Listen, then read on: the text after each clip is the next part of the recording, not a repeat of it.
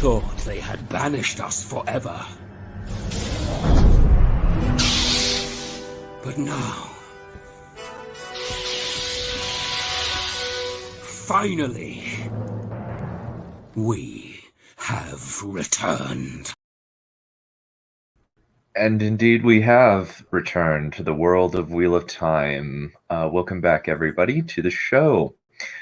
Full disclosure, this will be full spoilers for everything to the end of A Crown of Swords, which is going to be a very interesting topic of discussion. Lots of interesting things going on in this one. Anyway, allow me to bring in my guests. First, the always comedic Dr. Crow.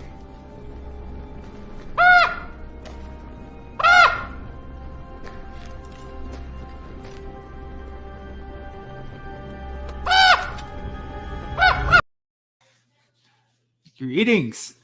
Alrighty, and our lovely co-host, BlueTeddyNarrations.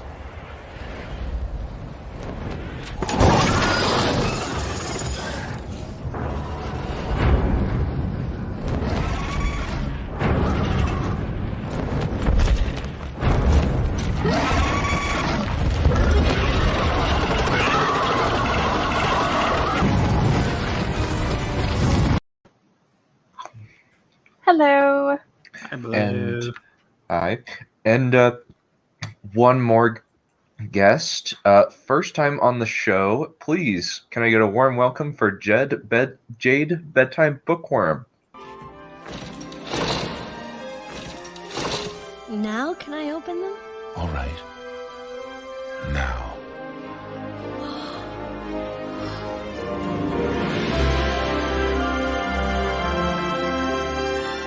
I can't believe it. I've never seen so many books in all my life. Hey guys, thanks for having me. Of course. Hello, Jade. We are very, very happy to have you. For those of you who have not yet found her channel or sub to it, the link is in the description. Please go check her out. She has a lot of good videos, including a series on the Wheel of Time with a first-time reader, much the same as we are doing today. So, Jade, could you introduce introduce my viewers to your channel and talk about how you found the Wheel of Time? Yeah, sure. So the Wheel of Time is actually my favorite fantasy series, but on my channel, it's not just the Wheel of Time centric channel. I actually don't have a ton of videos. I have a series on my channel, but I want to make more Wheel of Time related videos, but I'm actually just like your typical booktuber. I post, TBRs and wrap-ups and things like that. Basically, I just talk about anything that I read on my channel, and my favorite genres are fantasy and sci-fi, but I also dabble in like horrors and thrillers and a little bit of historical fiction. I do read both YA and adult books. But going back to Wheel of Time, I actually started reading it when I was in high school. Which I'm 33 now. So it's been quite a while since I first started the series, but I only read it all the way through to the end in 2018 and 2019. So in 2018, I started a read-along of the series, which is what Lord Captain Commander was referring to. I did that with another booktuber named Roya, and she was a first-time reader, and I was rereading most of the books, and then the last couple I was also a first-time reader of those, and we did like live shows discussing each book as we went, and I made a few other videos related to the books as I went along too. So I've only read all the way through the series once, but I have reread parts of the beginning parts of the series a few times. But A Crown of Swords, being later in the series, is one that I think I've read it at least twice, but it's definitely one that I don't remember quite as well as like the first 4 books. But I do remember that on my last read of it, which was technically a reread, I enjoyed it. So I'm excited for this discussion. Mm-hmm. So that actually is an excellent segue into what my group thought about it. Kind of Blue and Crow, like give us your general impressions of what you thought about it. Would you like to go first, Blue? It was interesting. I think last time I said I liked the queen. I take that back.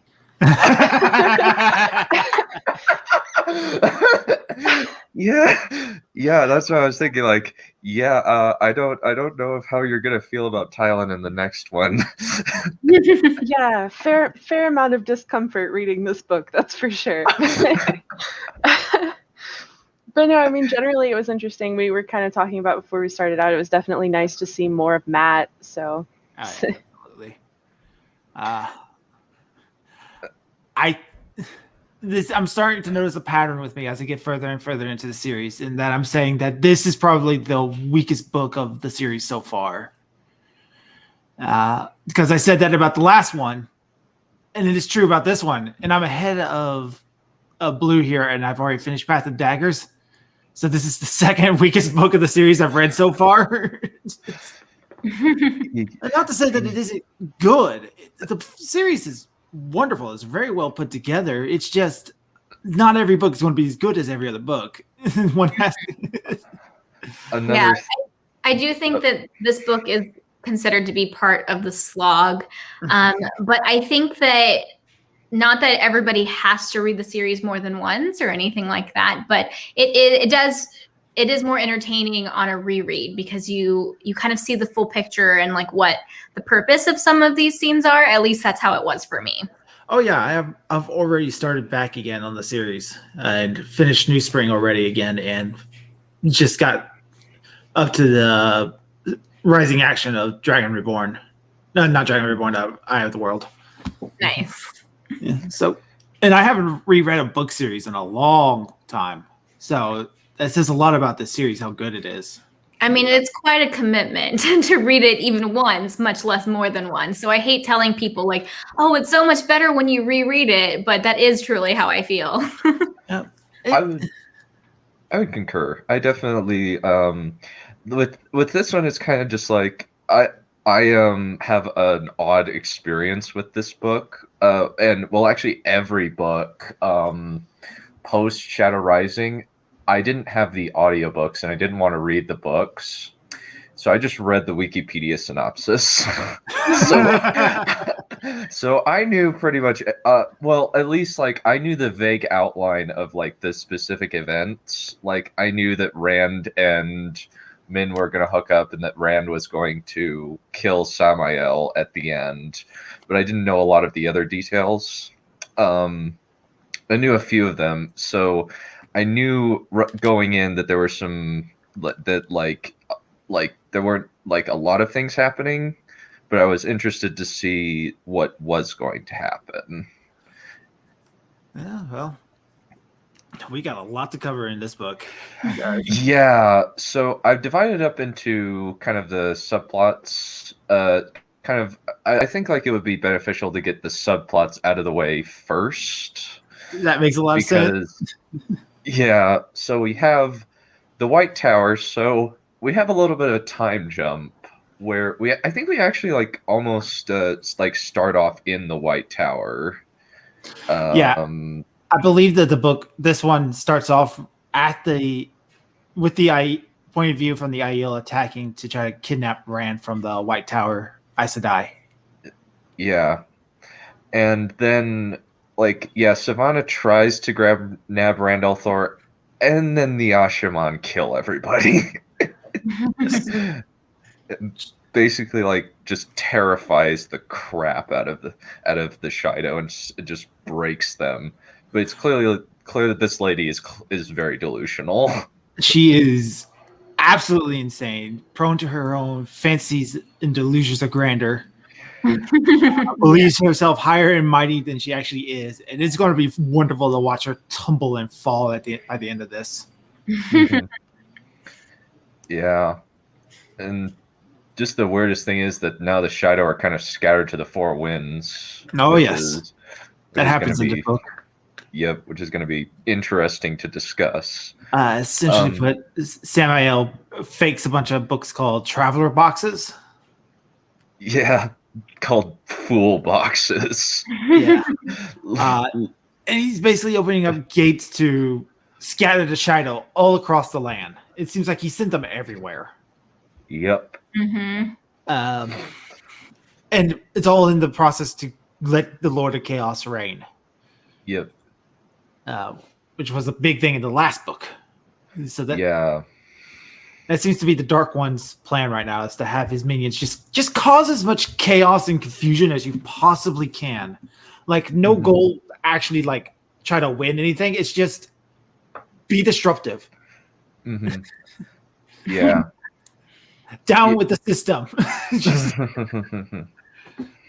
Yeah. I think, and kind of like after that, we kind of see Elida, and Elida kind of has similar problems. Except she's way more threatening, I would say. I would say she's way more threatening. And she does have that foretelling where she like says that the Amarlins, that the Dragon Reborn the Black Tower will be rent in fire and blood, and sisters will walk its grounds. She doesn't say it's going to be destroyed. Yeah, will be rent. So that probably like something bad's going to happen with the Black Tower. Maybe a schism like we saw with the White Tower is building, but or something bad is going to happen, and sisters are going to be there. And it seems like the what is it? The part about the Dragon Reborn knowing the Amaryllis seat's anger is going to be interesting. Do you think that's leading to a confrontation between Rand and Elida, or what do you think that's going to be? Either that or Rand and Elaine, which would be or Egwene, sorry. Mm-hmm. Depends on how fast Egwene can conquer Tar-Valon. Mm-hmm. Mm-hmm. Which it could be the fight at the Black Tower that's probably inevitably going to happen, because Elida sends a strike force out to stop the Oshman, because she only thinks there's like 13 of them at most. and then she gets the missive in the form of a sister who says, "No, we got killed. They killed a lot of the Aiel attacked us, and then a bunch of men, like dozens and dozens of men, possibly hundreds, jumped out of holes in the air and started killing everybody." Like literally ripping them apart with the power. Yeah. Yeah. I honestly like seeing the power being used like this. A big problem I'm having with the Wheel of Time is that Robert Jordan clearly doesn't understand medieval tactics or warfare tactics at all. With people talking down about light cavalry on infantry, how some of the legionnaires, which come up in a later book, fight at this time period it's supposed to be setting in. It's like, but to see the Oshmen actually deliberately act like tanks, essentially, it's actually kind of nice to see. Yeah, I think it's the main thing. It's just that the nobility are dumb when it comes to warfare. Yeah, I think that that's a deliberate choice. Like the Aiel seem to know how war works, and it's the most efficient way. Spears and bucklers are the shields they're specifically said to use. Yep. Which a buckler is a small little hand shield that would normally be used for fencing. Mm-hmm. I think the type they're trying to use is maybe like a bigger, rounder shield, kind of like something that you would think a Viking would use. Mm. Yeah, that's probably a little bit more of the size that they're going for. Yeah, but we have a lot of interesting things going on with the White Tower, where when they get the missive and they find out, oh, the Black Tower's not as small as we thought it was. they sent in that strike force. Elida's like, oh crap, we didn't send enough sisters. They sent, I think, like 20. Which is way too small. And only like 100 tower guardsmen. It's like they're doomed. Yeah, they're dead. They're dead meat. And Elida pretty much just goes, "Oh no." Anyway, it's just like can't go stop them. Yeah. They're dead. Let's start planning Plan B. Yeah. Which gives her Keeper of the Seals the opportunity to be like, okay, I'm in charge now. You can still pretend to be in charge, though. That's fine. Yeah. And which is kind of scary because Elida doesn't know this, but we know that Alviarin is black as pitch. Oh yeah, she is a black sister through and through. Mm-hmm. But Elida knows there are black sisters in the tower, and so her end of her subplot is to start building up her own task force to root them out. So, is it that she thinks they're black sisters, or does she think that Alviarin's a traitor and is trying to get her out? I think she thinks Alviar is a traitor. Mm-hmm. If I'm right, Elida doesn't want to admit there's a Black Aja. Mm-hmm. Even though she knows there kind of is. Her hubris won't let her admit it. Yeah. It's like, no, there can't possibly be the Black Aja. The White Tower is perfect. We're flawless. And the greatest enemy against the Dark One that there could possibly be. And it's like, Yeah. It seemed, and then we meet kind of a new character. This is kind of the point where, so the White Sister kind of assumes that she means Black Aja, but all she says is traitors in the tower. And we know that Elida has just barely gotten out of talking with Alviarin. And Alviarin, she hates Alviarin like a lot. And she wants Alviarin out and wants some kind of plausible deniability to get her out. So, I think it's like, it's not made clear, but I always got the impression that, she just wants to figure out a way to get Alviarin out. And so she's telling him, please investigate. I want my keeper out, because she specifically mentions even to the keeper herself. mm-hmm. Yeah, I agree. I remember thinking that miscommunication was hilarious. It is probably actually the best thing that could have happened to Elida. Just root out all of these black sisters. Mm-hmm. Hopefully they get to go somewhere with that. Yeah, and kind of one of the interesting parts is like Ciane Harriman goes to chat with one of her friends who's a red sister who is pleasant. I know. Oh, it was so refreshing to have a red sister who wasn't a total bitch. Oh my god. Yeah. It's kind of interesting. That's just like Pevara's like this, like really like nice person, but she's got a core of steel. Like she's a dark friend hunter. Like that's why she became red. Yeah. Which is really cool. I kind of like that about the Reds. Like at some point or another, they became about hunting channeling men who could channel, but it seems like they were more built to root out dark friends more. It probably both. I don't know. Because the Aes Sedai existed before the breaking, didn't they? Yes. So why would they be hunting men who could channel outside of like, wartime efforts and everything? Pretty much just the taint. They don't want. Yeah. They want to prevent another breaking. It's probably a bit of the world building that either I've missed or we haven't got to. Is like when exactly did the Ajas form? I was gonna say I don't think we know that yet. Yeah, I don't think we know.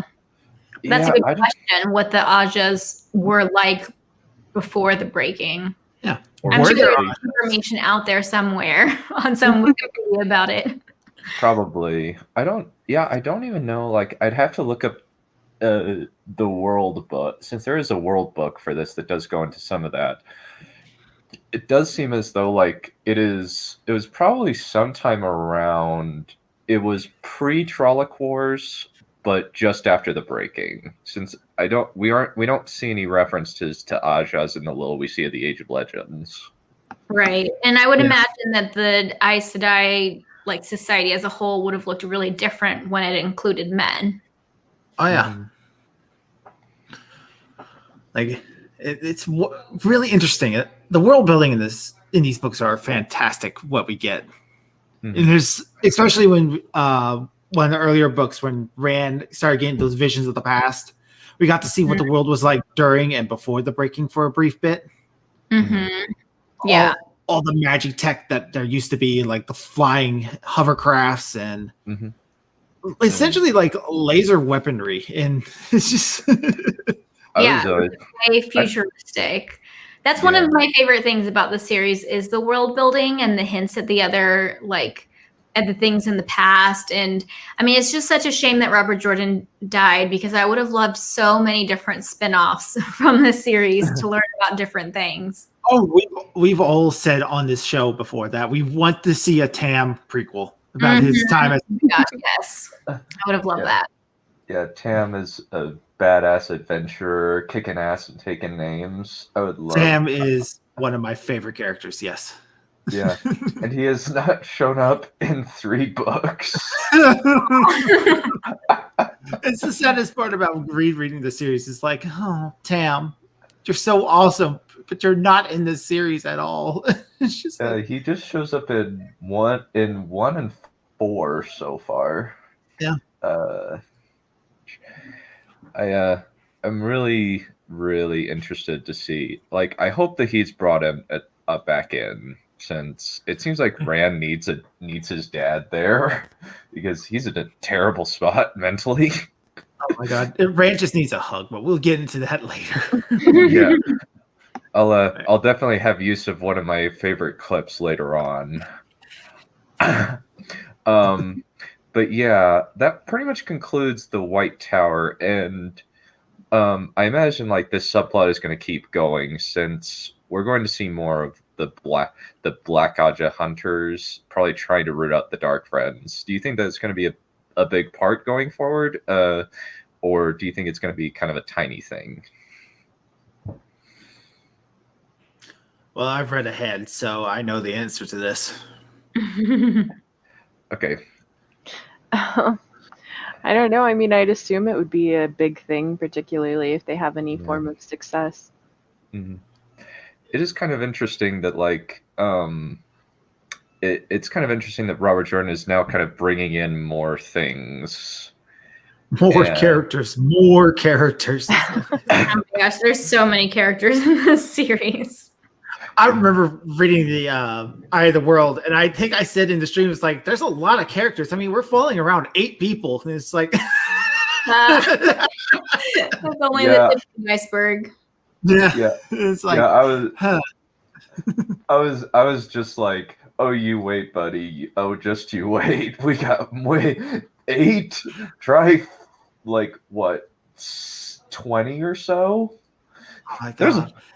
There's only 5 of them that really matter, like, in full point. It's like, surely, like, some of this could have been cut down a little. I don't know.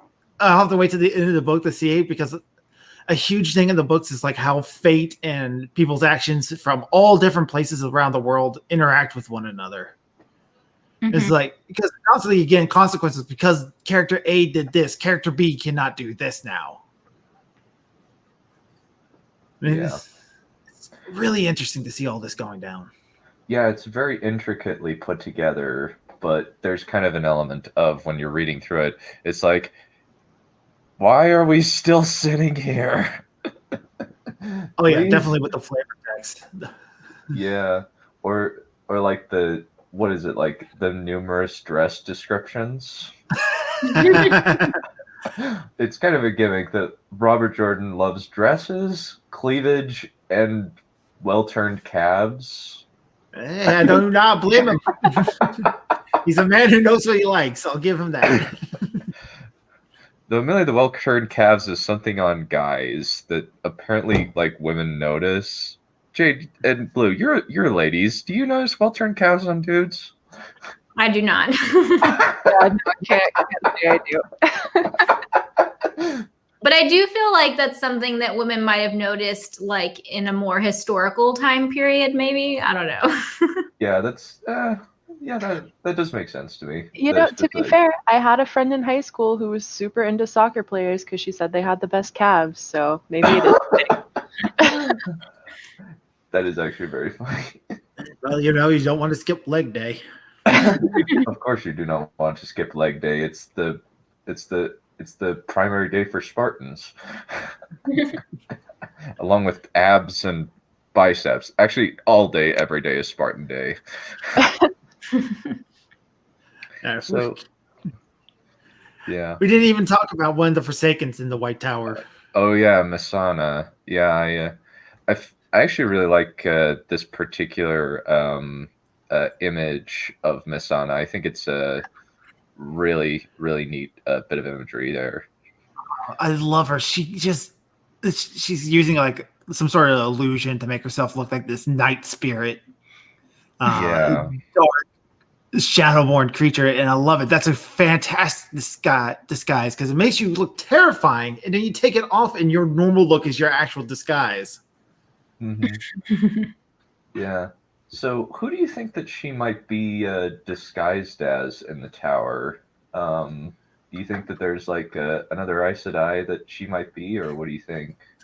I'm trying to think about all the characters we've met at this point. It's like, Yeah. Yeah. To be perfectly honest, at a lot of points in this, Aes Sedai there are so many Aes Sedai that at just one point it's just like I give up. There's so many of these. Yeah, they all start to blur together. thing. She could be someone from any group because she knows how to travel. So she doesn't have to be in the White Tower. True. Well, she doesn't have to be an Aes Sedai either, because the spider managed to hide with a bunch of Aes Sedai without anyone knowing she could use the power. So Yeah. It's like, well, if I was to do something like this, to hide in plain sight, I would go around pretending to be one of the servants. right, I was wondering, I was like, maybe she'll be like the cook that was obsessed with men or something. I don't know. Oh yeah, Laura? we haven't seen the cook in a long time. What happened to her? Mistress of the kitchen. Yeah, Yes. just because she was so important for like one chapter of one book, and then she disappeared. Even though apparently like she was like a really like crazy adventurer and nearly got hanged at certain points. Oh yeah. First time? Which is kind of a unique is just Min just stares at her. What? What? I'm sure we haven't seen the last of her. She's probably going to show up just to die. Oh no. We'll get into that. We'll get Yeah. into that later. Yeah, well, one thing about Jordan is that he is not Martin. He is very much not Martin. They have very antithetical writing styles and mentalities. All of these. Robert Jordan kind of, I think, has the opposite problem to Martin, where Robert Jordan will just keep making characters, but he won't kill them off. As opposed to Martin, who will kill characters, but he will also who has a rotation going. Readers So- fall in love with every single character I've written. Then I kill them. And they're like, I did it. Yeah. And I feel like the next point is Perion doesn't get much time in this book, so I kind of put him into the subplot category because he basically, all that really happens is it's kind of like we see the aftermath of the battle where the maidens are messing with people by sending like the nude guy Shine to like give them water and stuff, and all of the Two Riversmen are just like, what? Are just really awkward. This is bizarre. I love this about the Two Rivers because it's so easy because the point of the Two Rivers in a narrative sense is to be like, this is an isolated place where the characters don't know much about the world. To feed into the hero's journey of the mysticism has come into their world and has took them out of it into the world of magic. Yeah. So to see that all the villagers from the Two Rivers are like this is really good, because a lot of problems with this hero's journey is that the writer forgets the rest of the village doesn't know about this sort of stuff either. The only people who do is Tam. That's it. Right. Mhm. That's a very good point. He is barely in this book. He has like what, four POV chapters, I think. And one of them is a flashback for reasons, which is interesting. Basically, like Perrin is told, basically Perrin, like, they see the aftermath of the battle, and I do like how Jordan describes the battle aftermath, because it sounds just as sickening as like a regular battlefield would, especially like after the lawn mowing that the Ashaman did, but it just Freshly tenderized. Yeah, very, very, very tenderized in the extreme. It's like, and I think there was at one point where he's just like, any corpse, anyone trying to be a corpse in this field would go nuts. It's probably accurate, because like most of the people they're just meat. They're just kind of meat at this point. For a lot of them are. And and then we kind of get back to Rand goes back to Kyrian, and it turns out Rand goes back to Kyrian after giving all of the Aes Sedai into the care of the Wise Ones, which Perrin is kind of like distrustful. Like, he sniffs the Wise Ones and he's like, they want to kill them.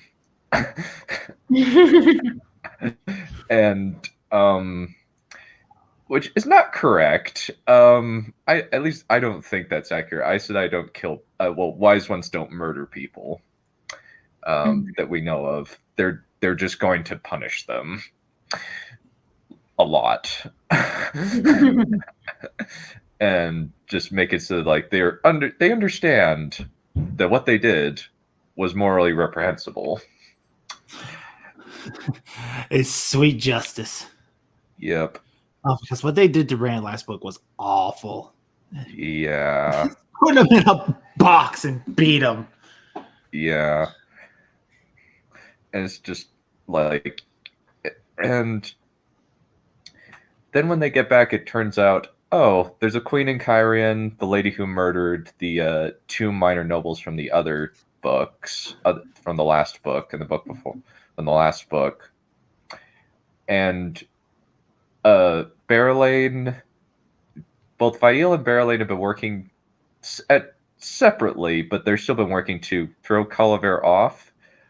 But Fael's proof is circumstantial, whereas Berelain's is a little bit better. and that really pisses Fael off. I feel so bad for Perrin. He's caught in this unwanted love triangle that he does not want to be in. It's just, he would rather be anywhere else. Yeah, it's kind of like there's kind of, well, Berelain's like an interloper in all this, where she really it seems like she wants to get in with Perrin, and honestly, it seems like, do you think that she actually likes Perrin, or do you think that there's like an ulterior motive behind it? When we first met her, she kind of went through the rounds of all three of them, right? Like Rand scared her after she showed up in his room. So she was like, nope, not Rand. And then she tried with Matt, and she was like, no, we're too much alike. This would end in disaster. And then I think To me, it seems like Perrin's just kind of the de facto. He's what's left of the Taviran, but He's she has he's to the talk to him leavings. ever. Or maybe it's just the size thing. You know, she just likes big burly men. Who knows? He is a blacksmith. He is ripped. At this point, I think she's just doing it because she enjoys it. It's like, Yeah. I think she likes that she makes him uncomfortable, and I think that like the fact that he is not interested in her and is constantly trying to turn her away, like makes it like a game for her, and she just finds it fun. Yeah. Yeah. And I think she really like hates Fael and like also enjoys pissing her off. Though the major person who kind of seems to be at least somewhat suffering with the thing is Perion, where he has to deal with the itchy shift from the last book, or just like finding other ways to be away from her.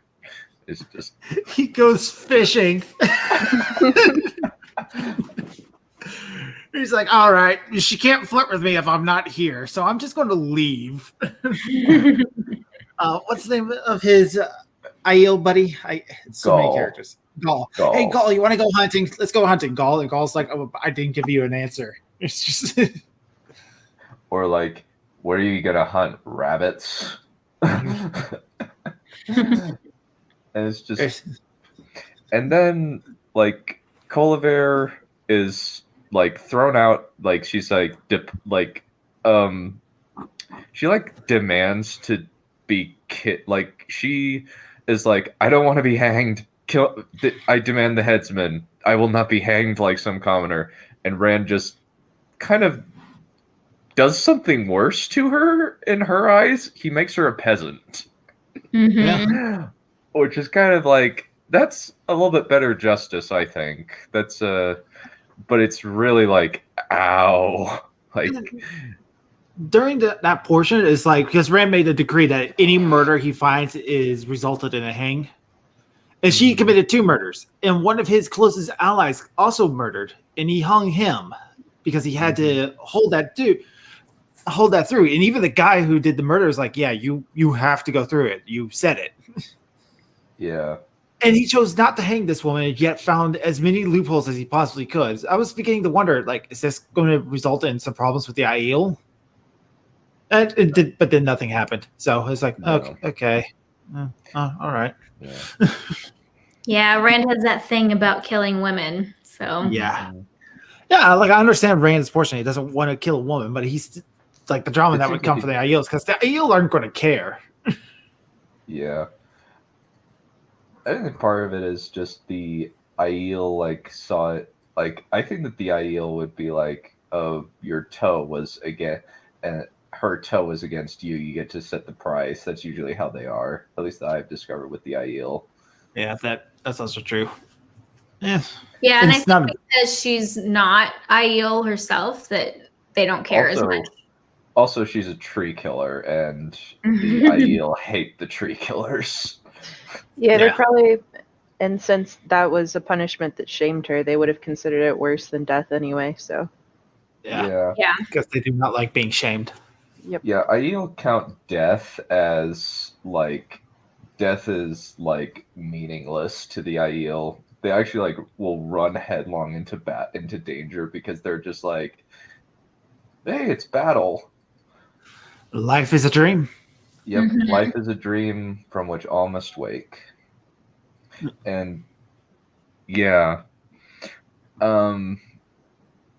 Yeah, I think that the Perrin and Fael need to have a marriage counselor or something.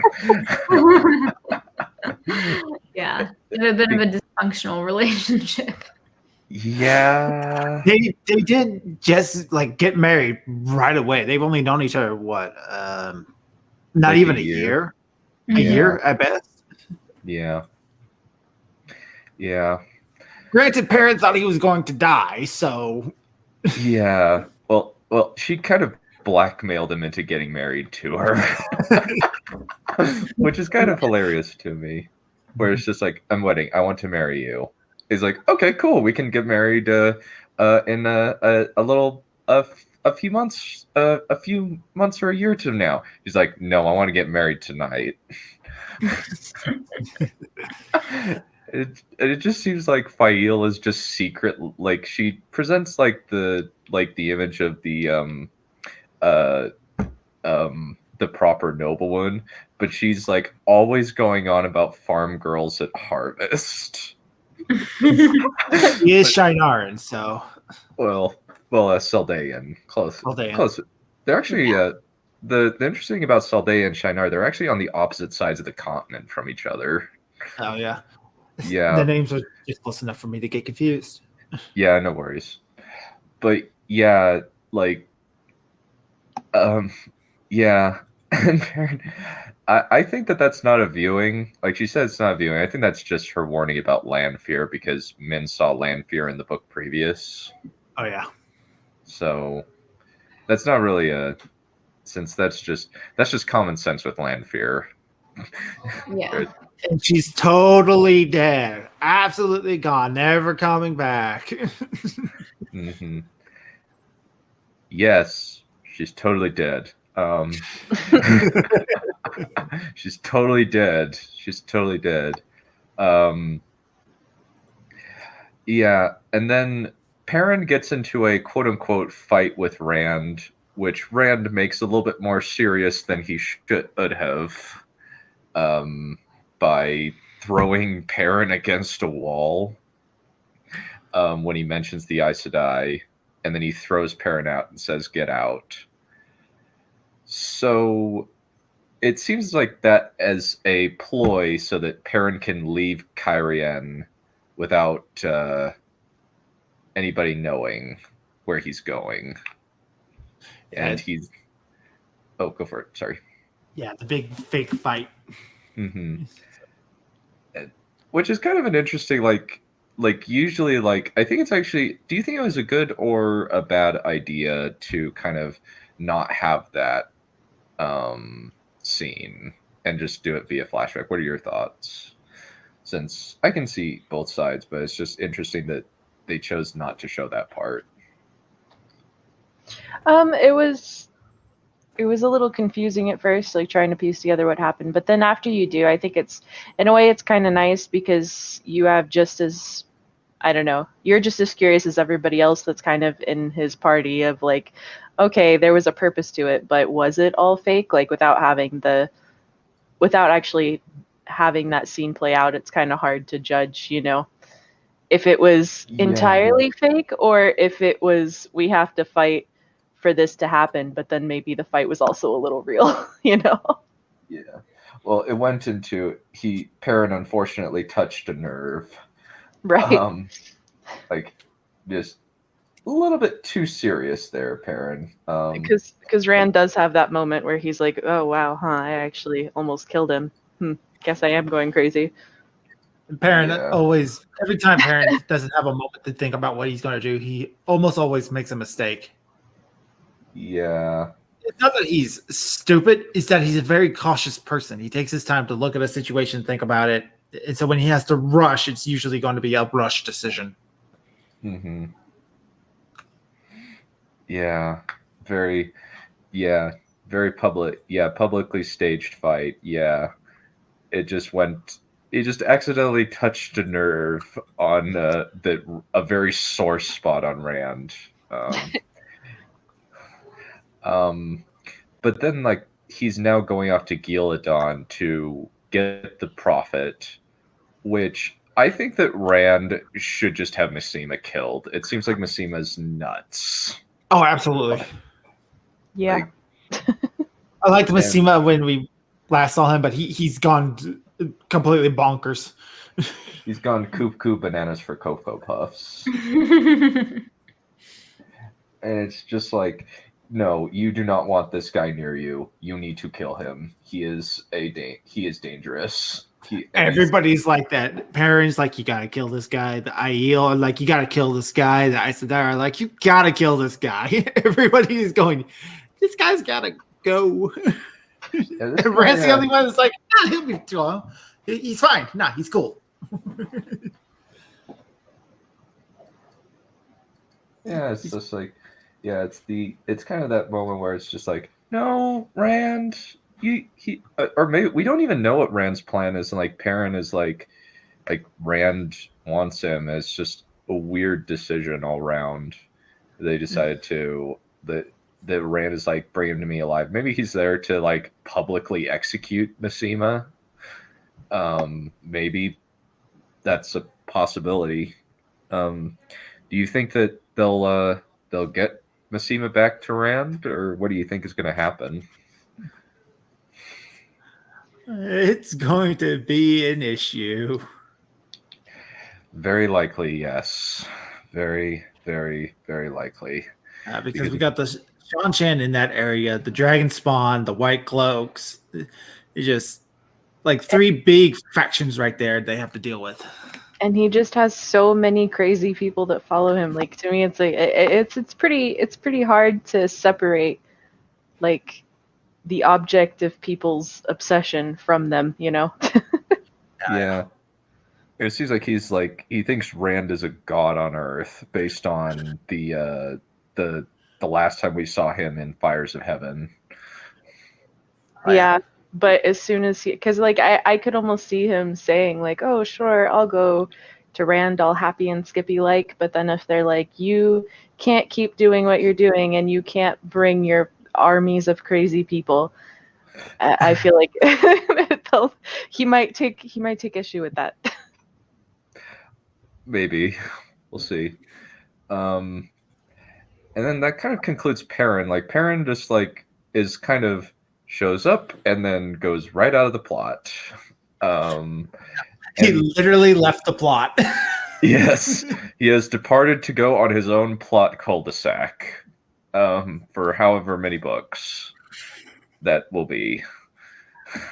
Oh God. I know the answer to that because you told me. Yeah. It'll be interesting.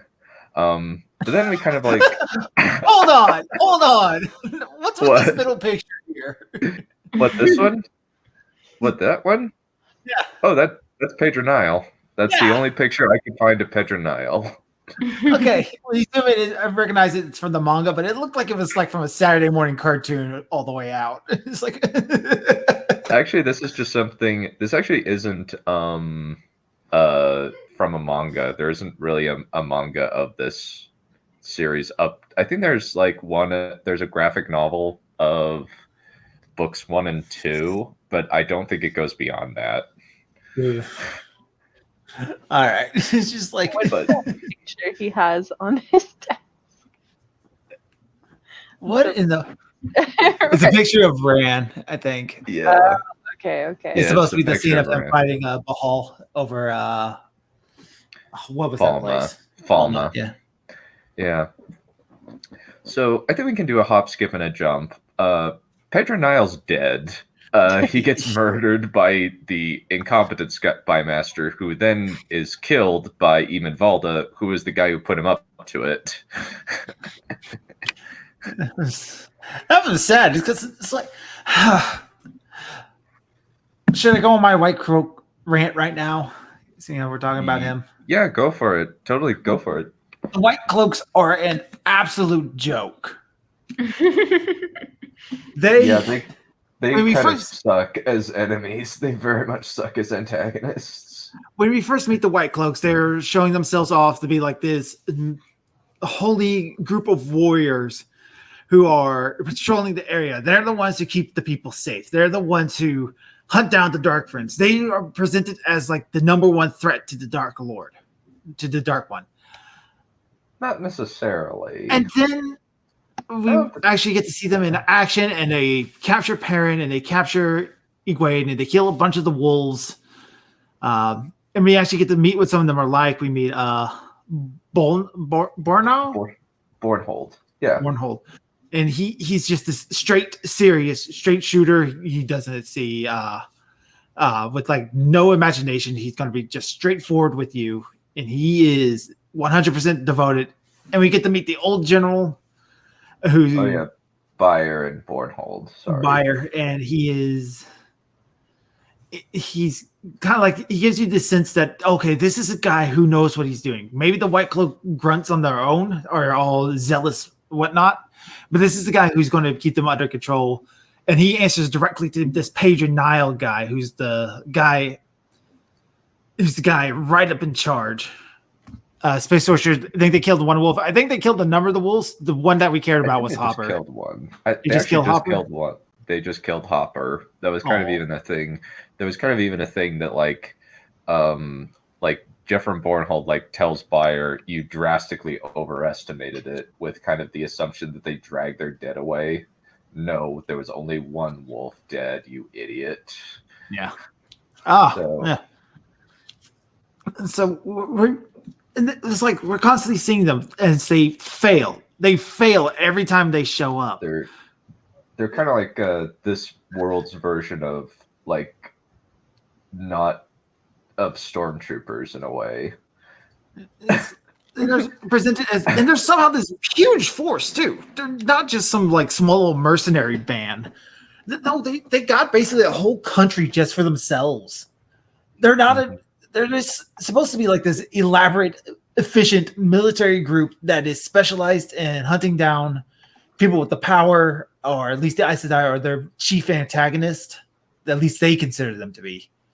Yeah. So much so that even the Aes Sedai are kind of cautious around them. But every time we see them, they fail and they fail and they fail and they fail and they fail.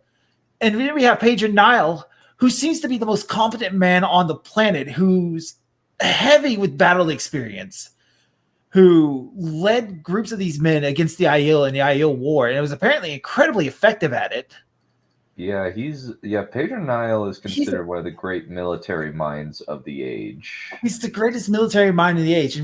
I'm okay with him being out of his prime and not being in his full strength, but he's supposed to be like the mastermind brain behind all this. And he's the only one who's taken any sort of idea about the Shan-Chan seriously. He's just waiting to have actual proof that isn't just rumors. And we finally get it, and he gets offed by less competent members, leaving just his actual spy master as the only real White Cloak with a brain, and he's not even really a White Cloak. Yeah. And then the White Cloaks get stomped by the Shan-Chan. It's like they're always going on about how they're going to be the ones who stop the Aes Sedai. It's like you have no way to stop the power if it actually was used against you. This group is inefficient. They're built up more hype than they actually are, unless that's actually part of the strategy, which it doesn't seem like it because everybody kind of treats them like a joke. Yeah. It's like, what is this group? I think the part of it is that the White Cloaks are very much like they are only taken seriously in Amador or when they're in large numbers. When they're outside of the outside of Amador, it's like forget about it. Like, and usually because they're limited in terms of how many they can field at one time, which is a big problem for them. It's one of the things that they hate is that that's one of the reasons why the deal with Morghese is so beneficial to them. Mm-hmm. Because like they're saying they get rights in Andor that they only get in Amador. Yeah, I agree. And I think a part of it is just the White Cloaks are just they're a bunch of delusional religious zealots. They suck at their job, though. Their big thing is hunting down Dark Friends, and the only time we see them successfully do it is by accident. That is true. I think that's kind of I think that's very much like I don't know if that's like deliberate, since like it seems like the White Cloaks are just like a different kind of evil than the Shadow. They're kind of like the less impressive brand of evil, where they're kind of just like they just are not good at their job, but they are a hindrance because they do believe that what they're doing is right, even though they're wrong. I just do not like this faction at all. I got a lot of problems with it. Yeah, basically done saying they're just like a cautionary tale and like the dangers of self-importance. Yeah, pretty much. It's very much like they are not very good at their job, but they are annoying in terms of they will often get in the way of our main characters. And that's kind of, I think, it's at least a good thing that they're not the main antagonist. They're kind of a side antagonist. Yeah. That they have to worry about. I think like they're kind of an entry level boss almost. They're almost presented like the third wheel antagonist. Like we got the dark one and all of his forces, the Shan Chan, and then there's the White Cloaks. Yeah. Maybe even fourth wheel if you want to count the White Tower.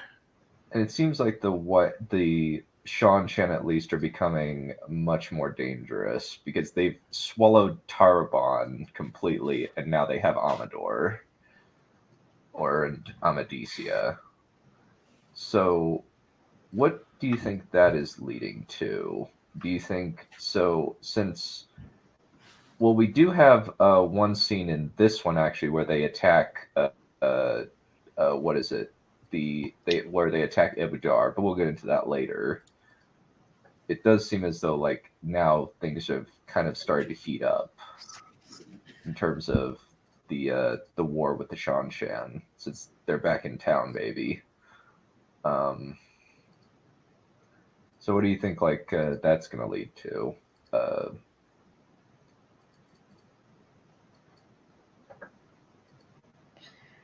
I don't know. I'm kind of split between thinking that they're going to be a problem, but also having in, like, you know, in the back of my head, like that whole thing we came up with where Matt, the whole Daughter of the Moons, being their empress. So if that's the case, if somehow Matt manages to charm her, I don't know how that's going to happen, but does that put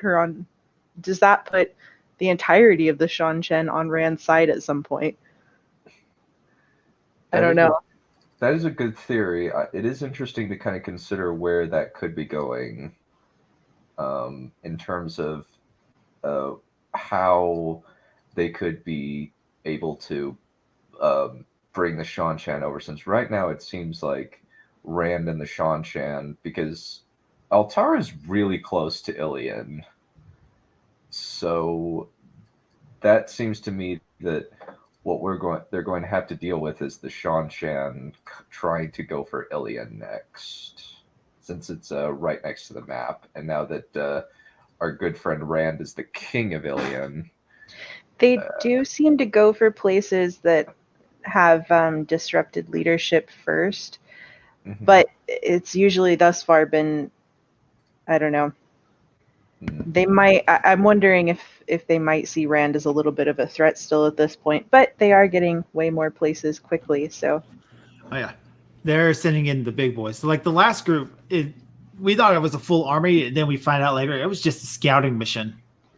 Right. They sent like a massive force for that. Yeah. So now it seems like whatever country they're going for, they're literally just all abandoning that to come retake their homeland. Mm-hmm. Yeah, but a big part of what they were talking about finding with that scouting mission was that everyone was divided and that there were places without strong leadership and civil war, this, that, and the other. And if, you know, so that's why I was saying that the place, it seems to me like the places that Rand kind of unifies might be maybe further back on their list, since they wouldn't have that inherent weakness that they were looking for at the beginning, you know? Yeah. It does seem like basically like they're going from Tarabon to Amadisia and then to Altara, and kind of the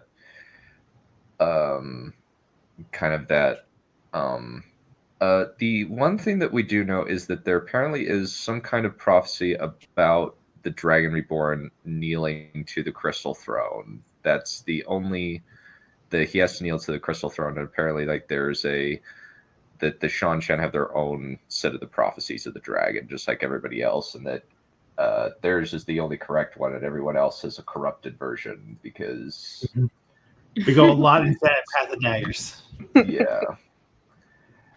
I don't feel like that's a spoiler to say this. Just like it seems as though every culture on the face of the planet has some version of the Karathon cycle or the prophecies of the dragon. I mean, if Rand doesn't win, the world's doomed. So Yeah. it's going to affect everyone, even the sea folk who are like, Yep. they're supposedly not involved in all this, which is why Rand was trying to avoid them. But nope, they got a thing too, Rand. Yep. They want to be involved in it. They want to make a deal with him. Because they make deals with everybody. And kind of this point, we have Morghese is stuck in the tower, and for whatever reason, Eminvalda decides to torture her. Even though they've gotten the deal, but maybe like they don't know that they have the deal. So, and unfortunately, like we have yeah, basically what happens is Eminvalda tortures her to the point that she like agrees to let him sleep with her as just a relief, which is just like, ew, dude, I hate you. Gross. Yeah, it's just like, ow. That's ow. I hate you. It's just like, that's nasty. It's nasty. But yeah. After that, we have the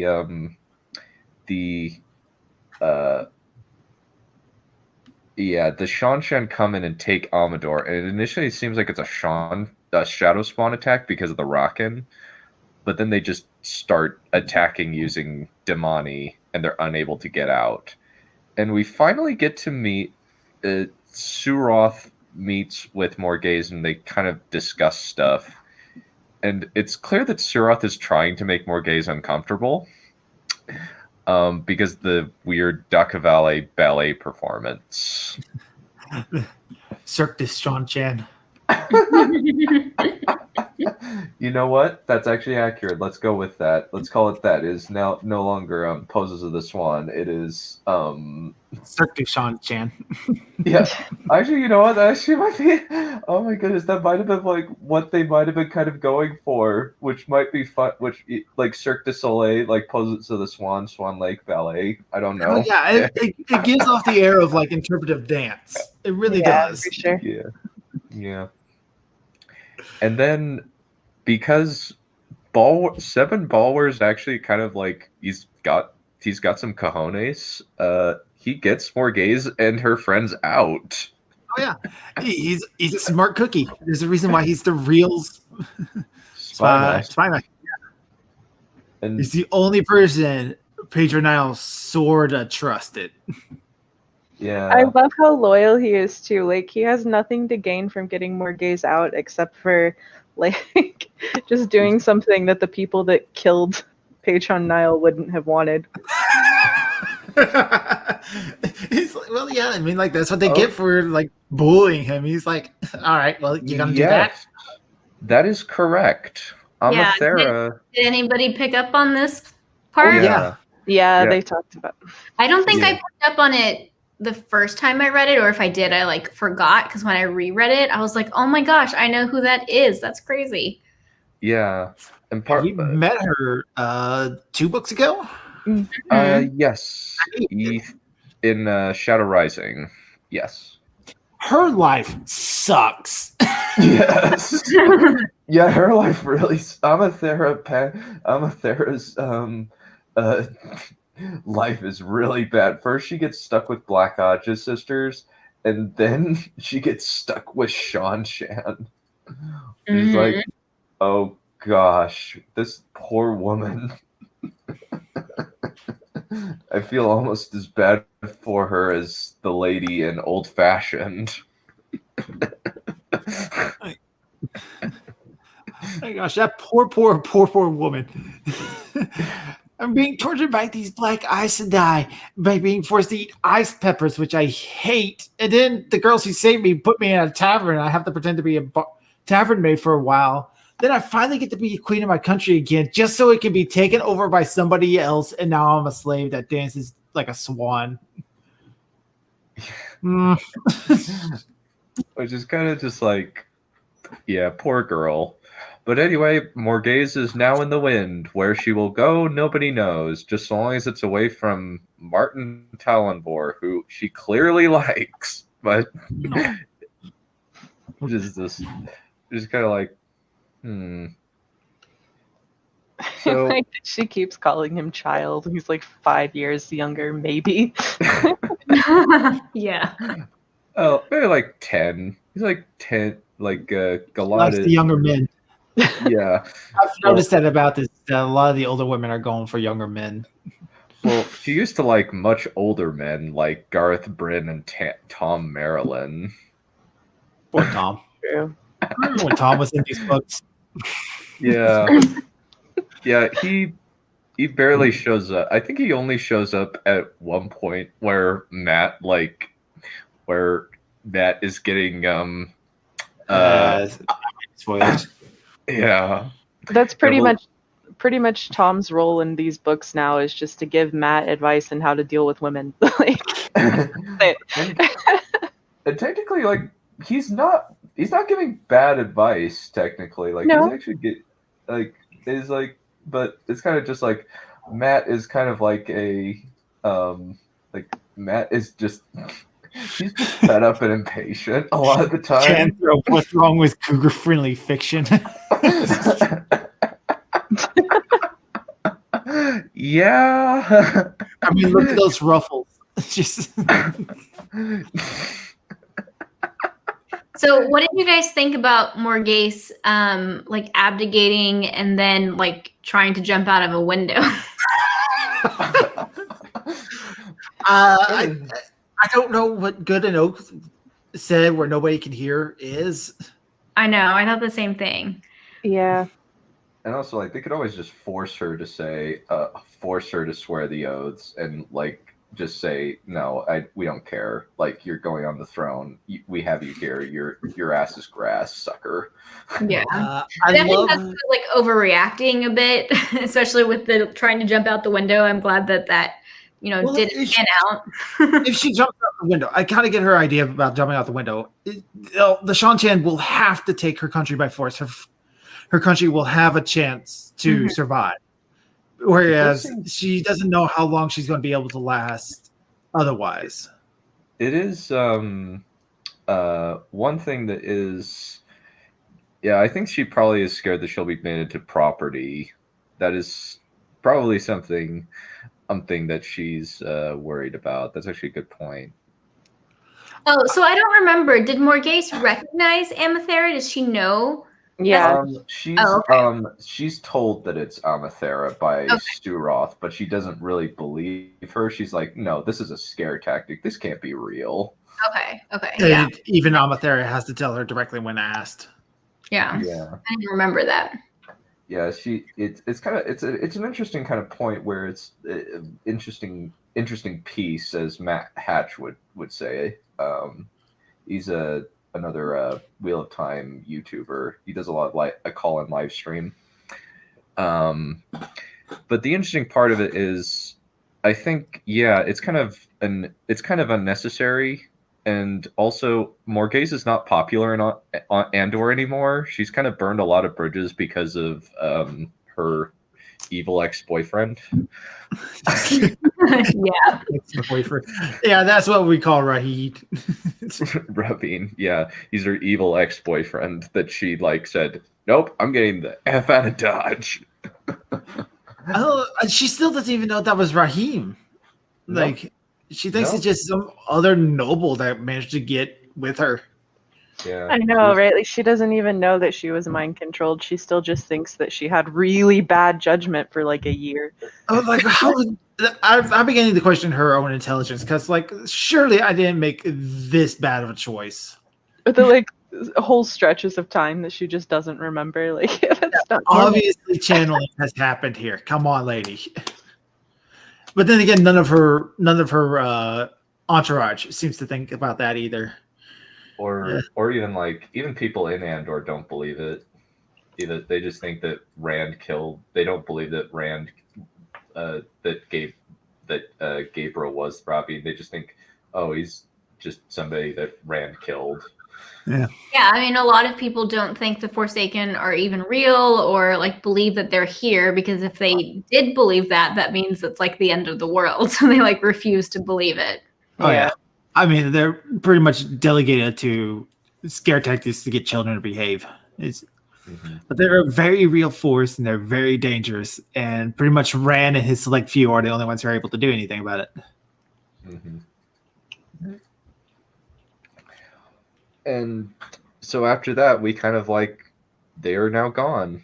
Yes, there is the rumor, but I think that makes at least a few of them happy because, at least like in Fires of Heaven, no, it's Crown of Swords. We meet with a few of the Morghase's once closest allies, and they're like, we want Dylan to be queen. We want Morghase's line out. Which is kind of sad. And kind of after that, we get into the kind of the major plot, which Matt and the Wonder Girls. So we have Egwene. This is actually a neat bit of artwork. I actually found this. This is actually based on the lady who is going to be playing Egwene in the upcoming TV show. Oh, it's nice to see a picture where she's not tugging her braid. Oh, that's Nynaeve, not Egwene. Egwene.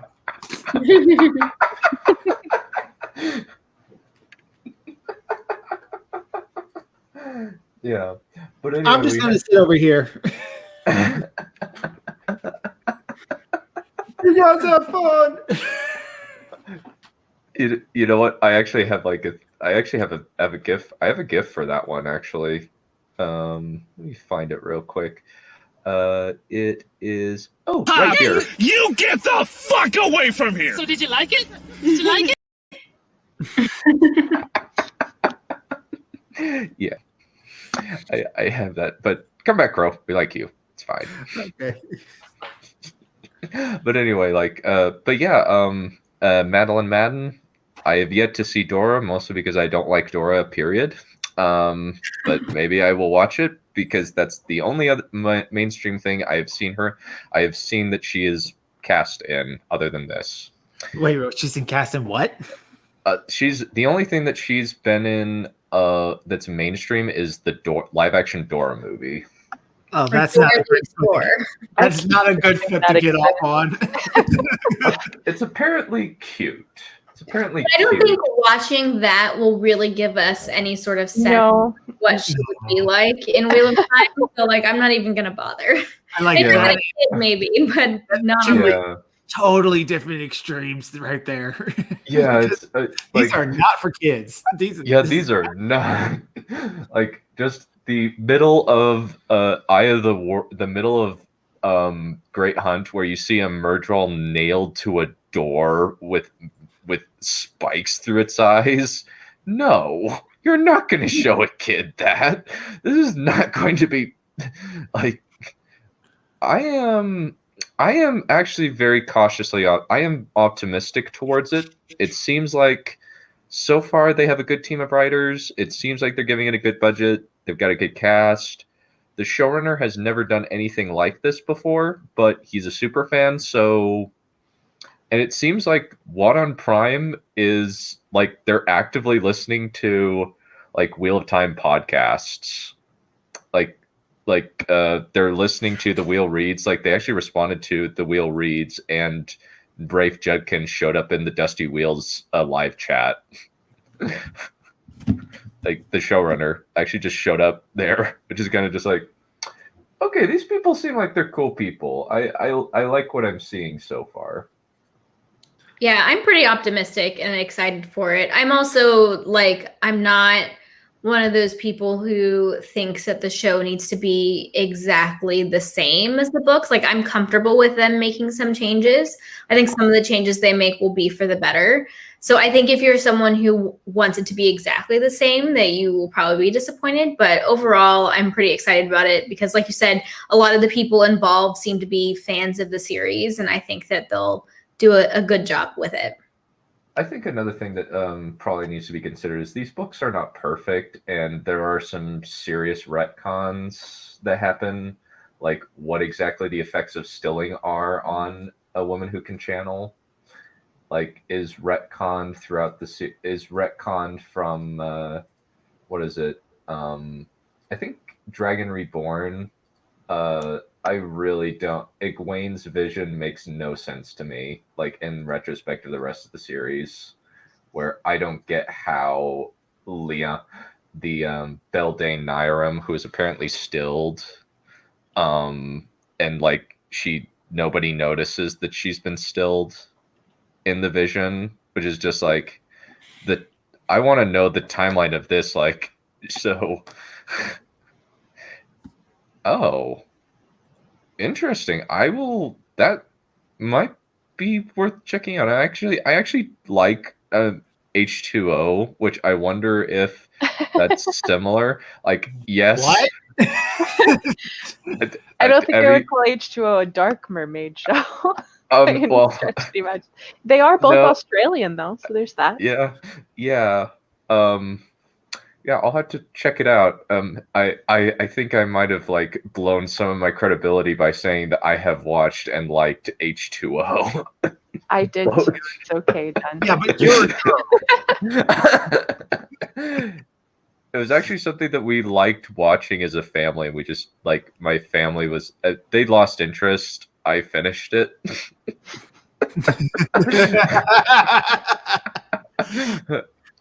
I'm gonna have to take a man card from you, Dunn. Hand it over. No. No. I have a gift for that actually. Let me see. Let me see that. Yeah, right here. No. Yeah, but either way, we have back to Egwene. It seems as though she's kind of solidifying her power. We did have one thing at the end of the last book where Moghedien escapes because Arengar has showed up at Saladar. Yeah. And she lets her out, and Moghedien flees to Shale Ghul, and Egwene is like, "Oh crap, this is not good." Right, that's how this book starts off, with Moghedien going to Shale Ghul. Yeah. Oh, that was some wonderful bits of fantasy, Lovecraftian horror, with the tunnel slowly closing in on her. Mm-hmm. Mm-hmm. Yeah, and like the Dark One is like, "You have failed. You sucked." And that was not cash money.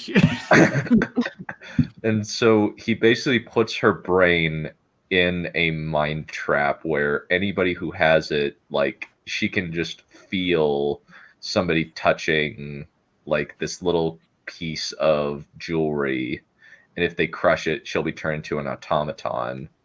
So when we meet this new guy, Moradin, what are your thoughts on this guy? He seems to kind of come out of nowhere. Though I think he might be one of the Forsaken. I believe there's like one or two of them we have yet to meet at this point. We've actually met all of them. We've met all of them. Yes. Since there's 13, we have Balthamol and Aganor in the first book. Got killed. Yeah. It didn't matter. Yeah. And then we had Lanfear, who is quote unquote dead. We have Ishamael, who got killed in the Stone of Tyr. We also have Belal, who's dead for sure. Balefire. Ravine, dead for sure. Balefire. We have Messana, Grayandal, Moghedien, Cimarog. There's a lot of them. Yeah. I think on my first read, I could not keep them straight. No. Demandred, Oh, yeah. Osmodian, and Samael. then I think did we say so? Say Yeah, more? Samael and Samael. Yeah. Yeah. Those are the 13. We've met all of the 13, and a number of them are dead at this point. I just want do to you say think 9 of them are dead. 9 of them are dead, and it seems like it seems something weird about Osungar in that he seems to remember something about making the Trollocs, which seems to imply that he's one of the that he is a Forsaken that got brought back to life. So Yeah, I said this when he died. Shamael, I believe his name is, the guy posing as Bahal. Balsaman, yeah. Yep. The OG Nabalist. Yeah. He's presented to be the head of all the Forsaken. And I was like, well, the Dark One has power over death. That's a minion you don't just let go of. Mm-hmm. None of the Forsaken really are, if they're supposed to be as powerful as they're claimed to be. So, do you think that Moradin is one of these, a new Forsaken that's been called to active duty, or do you think that he's a dead person that was revived?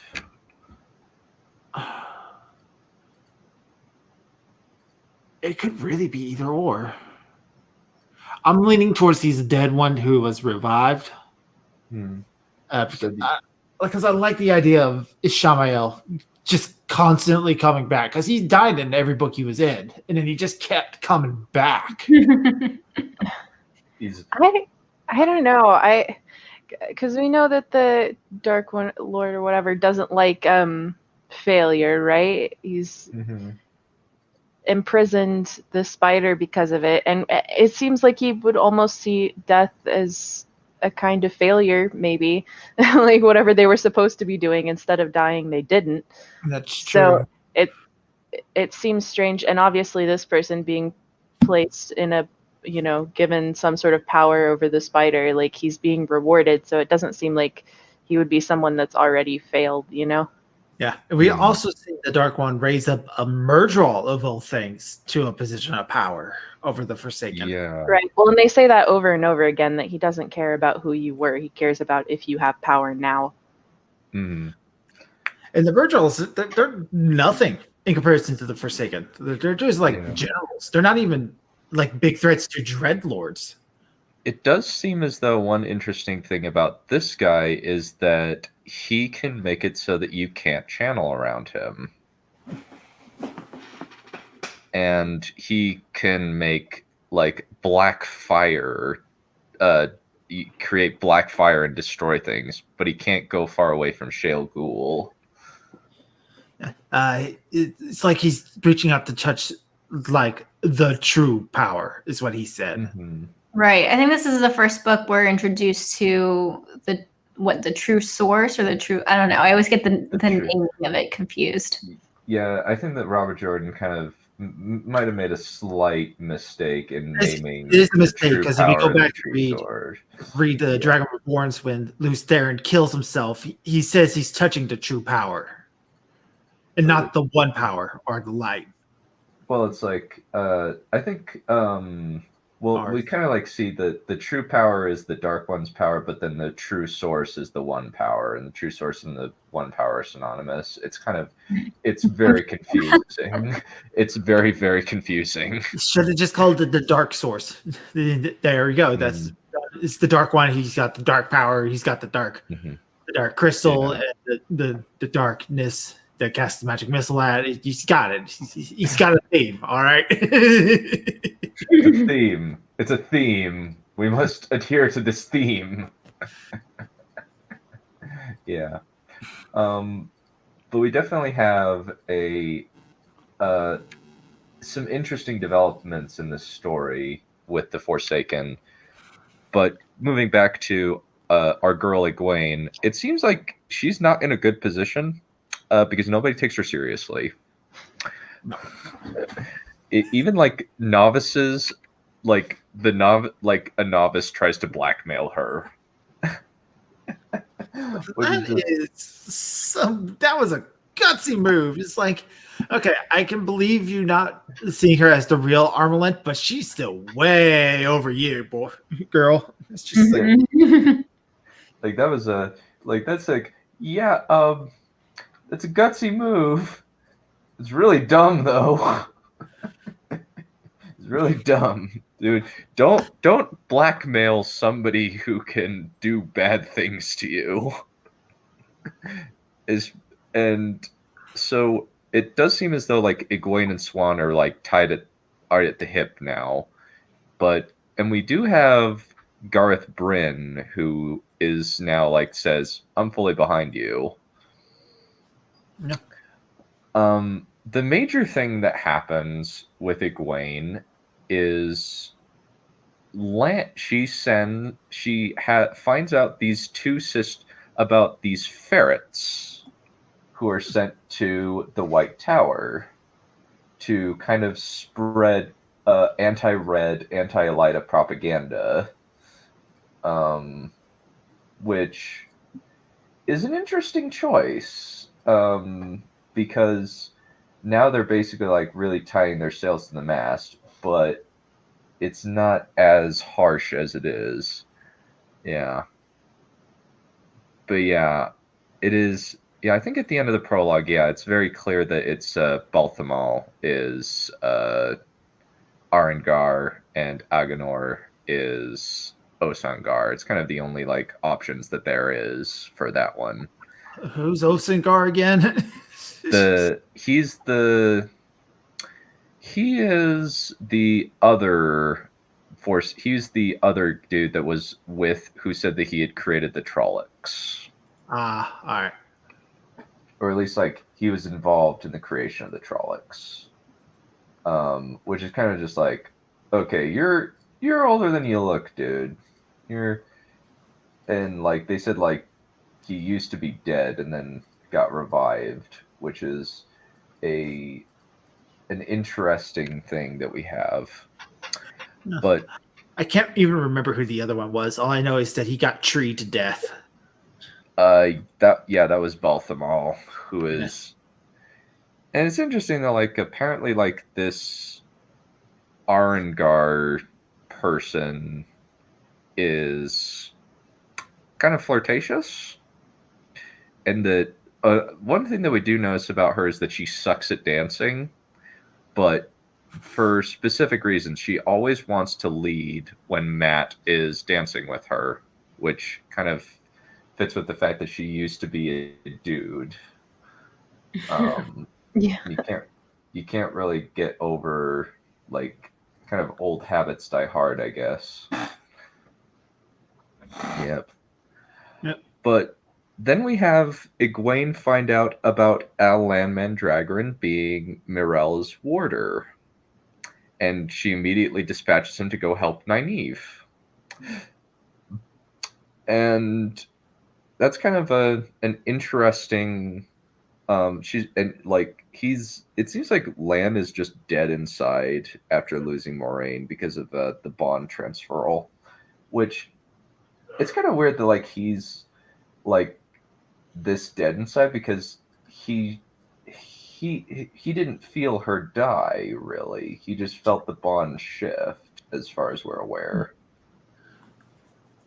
As far as we're still unclear whether or not Morgaine survived that fight with Lanfear, or if Lanfear is even dead herself. Mm-hmm. Do you think that she'll come back and be like a Moraine the White rather than Moraine the Blue?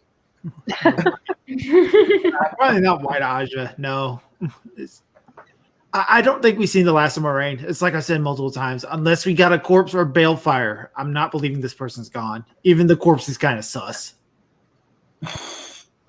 Yeah, that is very, very true. It does seem as though we're having like a plethora of bodies, like come back to life, even though like it's basically a case of I'm not dead. I'm not dead yet. You'd be surprised what you can live through. Oh, I understood that reference. He's a genie, and genies can't kill anyone. But you'd be surprised what you can live through. It's kind of interesting where it's just like, oh, you could burn Iago partially to death, and yet he survives. Just because of the genies can't kill anyone rule. It's kind of messed up. Yeah, it's funny. We are getting way off topic. Yeah. Well, it's kind of like Egwene. The major point that we have here is that Egwene starts to like build an inner circle by forcing Morel and Nisao to swear fealty in return for keeping their dirty secret. Mm-hmm. And we kind of do see like Egwene still, even though like she's willing to play politics, she's not willing to, like, she has a line she won't cross, which is why I like her. When like Swan says, "I believe our two adventuresome lasses will have to meet with accidents," and Egwene just says, "No, we're not killing them." Yes. Which I think is like a really good move by Egwene, because if Egwene like became like that, I think that she would very much like lose herself. I think that like that would be very much against her character to do something like that. Maybe, do you think that she might get to that point eventually, or do you think that she will kind of remain relatively like upstanding morally, where she isn't willing to murder people? What do you think? I think it depends on the stakes. I don't think that she'll get to murdering people for her own benefit, but world on the line type of stakes, yeah, I think she would.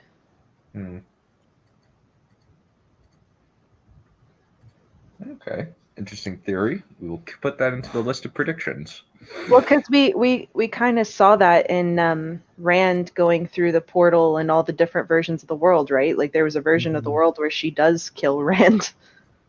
Yeah, I think we also see it in her accepted test where he is begging her, "Please shank me." Right. Like he's like, I'm dead. There is no point in me living. If you don't kill me, the Dark One is going to turn me to the baddies. Are we the baddies? Are we the bad guy? And that's kind of the most significant parts that happen with Egwene. Then we get to Ebudar, and the first thing we experience with Ebudar is the Sea Folk, and from Avienda's perspective. And Avienda is miserable from being on a boat. I feel so bad. Yeah. And like she's like, "Oh, at least we're just in the bay. At least we're like relatively close to land." It's just like she's like scared crapless of water. Yeah, we were seeing them freak over rivers. It's like now she's getting to see an ocean where there is just a water everywhere you look. And it's useless water. Like you can't drink it. Can't drink it. It's useless. There's so much water. It's useless. It's like as somebody who grew up in a desert, that has to be like a hard thing to comprehend. Because they fought to the death over puddles, basically. And now they're just like, wow, this place like has like both like has water, but a lot of it's useless. And then we kind of like the Sea Folk are like they are trying to get the Sea Folk on board with the Bowl of the Winds, and the funny thing is the Sea Folk decide, oh, we're gonna form a bargain because we never do anything for free. We bargain, we trade. 10 points to whatever thing you are in the chat for anybody who can get that reference. No, I'm serious. Does anybody know that reference? No. No, sorry. Oh, no, you're fine. I doubt anybody else besides me has seen The Black Cauldron by Disney. Been a few years, yeah. It's a It's The ever-growing, never-shrinking list of things to watch and see. You don't want to watch The Black Cauldron ever. I only know that one because A, I watched as a kid. B, we watched it recently for a commentary, and we're just like, this movie's bad. This movie's really bad. I keep missing all the commentaries. Yeah, if you want to come on, like, I can ring you up for the movie night chat if you want to. Yeah. And we like a little brief bit. Nynaeve and Egwene and Elena, like, really are just like having a tough time finding this bowl, and it's kind of like they really are just not having any success, and they're asking, hey, we want Matt, please. It's basically bend the knee or swear fealty. It's basically the same thing. There isn't really like a colloquial phrase that I'm aware of that I can remember, at least. It's just they'll swear fealty. That's kind of the only thing. So with this, they make a bargain, and the bargain is, we don't know what the bargain is. We just know that it's onerous, I think is the best way of putting it. They really don't like what a state that it's left them in. It's heavy in favor of the sea folk is what this pretty much tells us. Yeah. They're like, yeah, this is very much weighted in terms of the sea folk. This is, and like, Egwene is going to make us howl for this.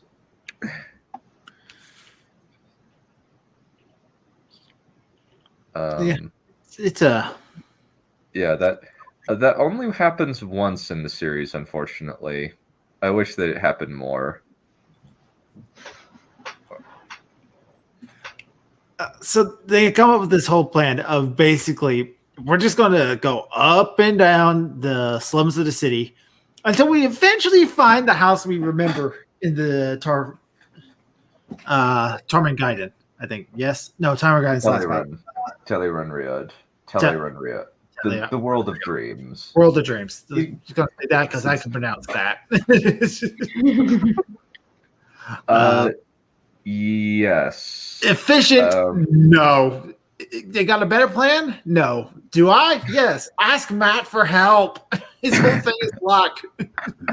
Yeah, so essentially, I don't feel like this is a spoiler, since it is like, it's something that like does happen, since you find out like almost immediately in Path of Daggers. It's basically they will provide teachers for the sea folk, and they will basically be treated like apprentices. So I don't feel like that's much of a spoiler to say it's going to make Aes Sedai look really, really, really bad if that happens. Because it's just like, it's going to destroy Aes Sedai prestige to be forced to do this. But yeah, that's pretty much the deal.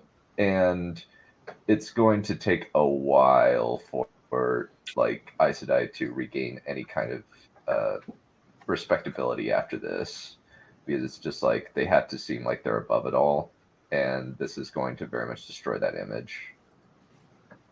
Well, if it makes them feel any better, the Aes Sedai that are apprenticed to the wise ones have already kind of managed to ruin their reputation, so they're fine. Yeah, true.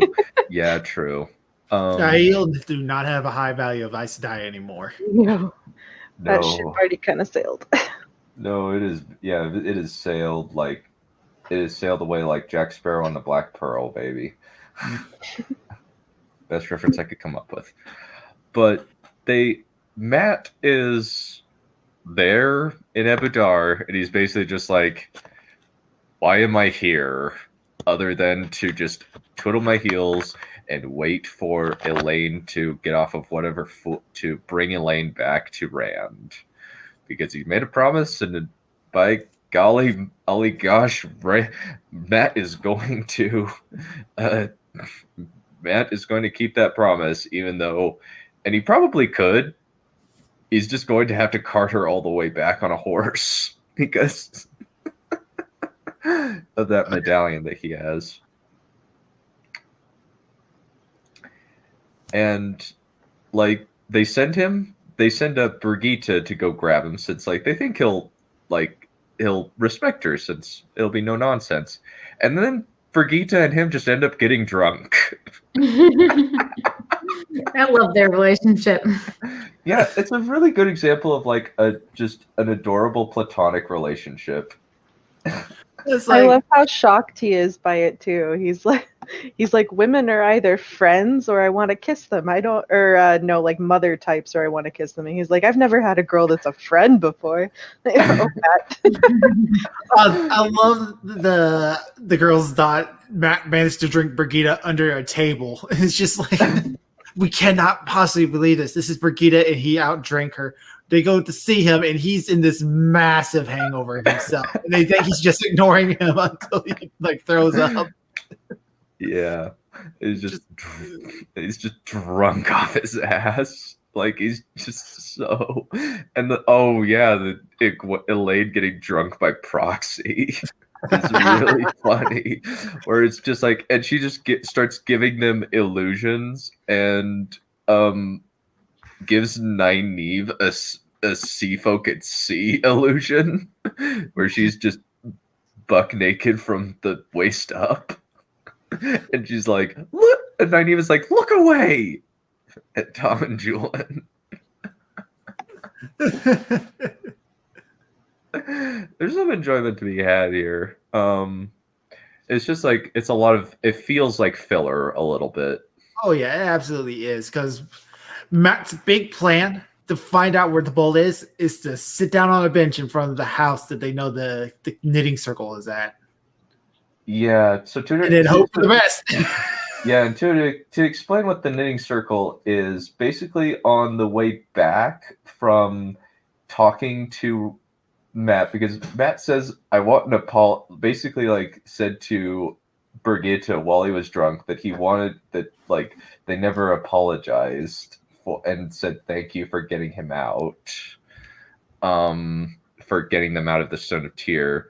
And like Brigitte, like, and she says, and Avienda says, you have great toe to Matt Cawthon. And Nynaeve is like, he left out that there was the Black Aja and the Forsaken. That despicable man. Which is just so funny, where it's just like she is outraged that he just, while he was drunk, left out that there was the Forsaken and Black Aja. Which is just really funny. So Elaine and Nynaeve also meet the knitting circle, which is a group of runaways from the White Tower. Mm-hmm. And it turns out there's some really powerful casters in that. Yeah, there's some really old ones too. It's like, because a big theme throughout the whole White Tower is that the White Tower is dying. Yeah. There's fewer and fewer Aes Sedai every year. Fewer novices, fewer accept it. But it turns out their standards are just way too high that they can't get the people who would actually be decent Aes Sedai. Mm-hmm. Very much so. And so we meet this knitting circle who are all taking turns basically being healers in the city. They don't believe Nynaeve and Egwene are Aes Sedai. They think they're faking it or runaways at the very least. They get surprised when they find out they are Aes Sedai. Which is kind of hilarious because, and like, she's like, I am going to make them acknowledge I am Aes Sedai if that is the last thing I do. Not only Aes Sedai, but Elaine goes and, like, you know, is like, hey, so since since Egwene sent us, and since we're stronger in the power than you, technically that means we're in charge. So she walks in with all of the Aes Sedai like at her beck and call. Yeah. And we have basically like Evidar is kind of like in a state of perpetual Mardi Gras, it seems like. Pretty much. Or it's just like Matt even remarks, the famed Southern industry is bull crap. They have to be this industrious to keep up with how like much they party. Oh yeah, they raid that warehouse, which Matt found in the same amount of time it took the girls to get the knitting circle to actually admit that there was one. And he's like, I found it. Yeah. Though, like they want to get Matt to go into the palace, to move into the palace, which he kind of doesn't want to do. For certain reasons. Yeah, basically he gets hit on real hard by the queen in their very first meeting. And like he just he says, "Oh," like writes it up, and then like she's just right up behind him, and his hand accidentally brushes her boobs. And like he's just like, I am so sorry, and she's like doesn't even notice, and she's just like staring at him, like clearly wants to jump his bone. and he's like, no, I am not going near that cat palace. No way, no how. And he just tries to avoid it. And then Elaine and Nynaeve like say, hey, come to the palace. He's like, no, this is good enough for me. And then like he's just forced, they just tell him, hey, you need to go. And then proceeds the cat and mouse game between Matt and Tylan, with him as the mouse. Cats are nicer to mice than she was to him. Yeah. Took his scarf and tied him to his head. Locked him in his room without food. I mean, eventually you'll have to get hungry. Yeah, I love how he tries to use his adoptive son to. It's like, oh, we can't do anything. There's a kid here. Oh, that's fine. We'll just send him away with a servant. Well, I think she's a lady. Well, she's a lady. She's one of the queen's ladies in waiting. But yeah, she's a noblewoman. But apparently, like she has like one of the best racks that Matt has ever seen. Sorry if that's inappropriate, but it's just how it's described. Huge tracts of land. Yeah, we definitely know where her organs are. oh my goodness. I'm a terrible person if you hadn't noticed. I'm horrible. I'm a terrible person. But she's got monster moves. I'll be worse for you. Yeah. Oh, great. So I have rule of contrast. Lovely. But yeah, like at the end, like she's like rapes him at knife point. Legitimately though, like I was like, what am I reading? Yeah, go for your like your takes. I want to hear what you guys think, because like yeah, this is definitely not okay, but like go for it. This is kind of just a weird choice. I feel like it's just an extremely dated choice. Like it feels like it comes from a time when we thought men couldn't be raped, so haha, isn't this funny? You know? Like that's what it felt like to me reading it. There's still people who say men can't be raped. Yeah, I feel like it's fewer and farther between though. Like it's not the I don't know, the like main state of mind, I don't think anymore. And this was like, it was awkward. It's like, wait a minute, why are they trying to make this woman a bad guy now? Because this is what you do, a villain does. Because Matt's clearly not into it. It's just, no, like, yeah, And then they Notice- give you that one line at the end where he's like, if I ever come back, I'll be the one doing the chasing next time. So it's like I said, it really does feel like the author thought that this was just funny, but it was so creepy.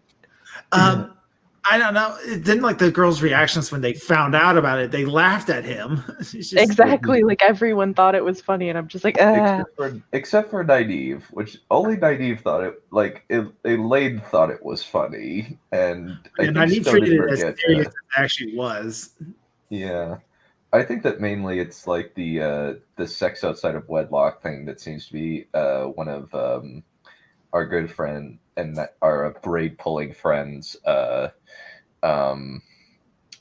braid pulling our braid pulling friends modus operandi, which is like she's like, no, sex is reserved for marriage and marriage only. She holds herself true to that. right. Like Yeah. her issue with it was more around the propriety.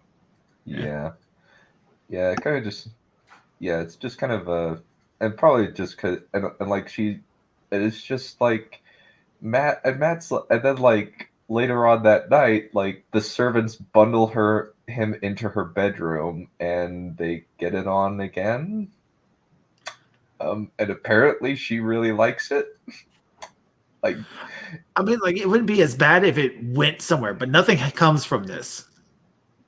yeah, it's kind of like we just kind of. It's literally just another one of those filler things. It's like, did this really have to be in here?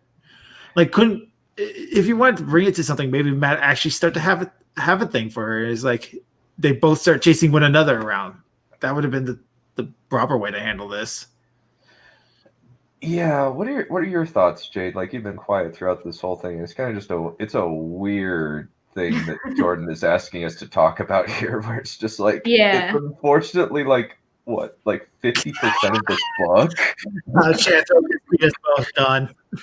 What? I agree with Blue that it feels a bit outdated. I think when I first read this book, I was either in high school or early college, and I didn't think much of it just because of Matt's reaction. Like, I wish Matt had more of a reaction to it to like point out to the reader that it's like not okay.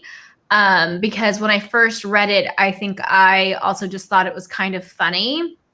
But reading it more recently as an older adult, it definitely made me uncomfortable. There's definitely, a consent issue, but it's confusing because Matt, while he seems uncomfortable with it, he doesn't act like someone who has been raped. And so I do wish it was written differently. Yeah, I guess like an interesting point of conversation might be, how do you think they would do this in the TV show? Like, I would hope they would change. I would change. Yeah, I bet they cut it entirely. Either they cut it or Matt, like they make it more of a point to have Matt react like he's been raped. Or they could just tone it way, way down to where she hits on him, and so it's, Yeah, and it doesn't actually go anywhere. Right.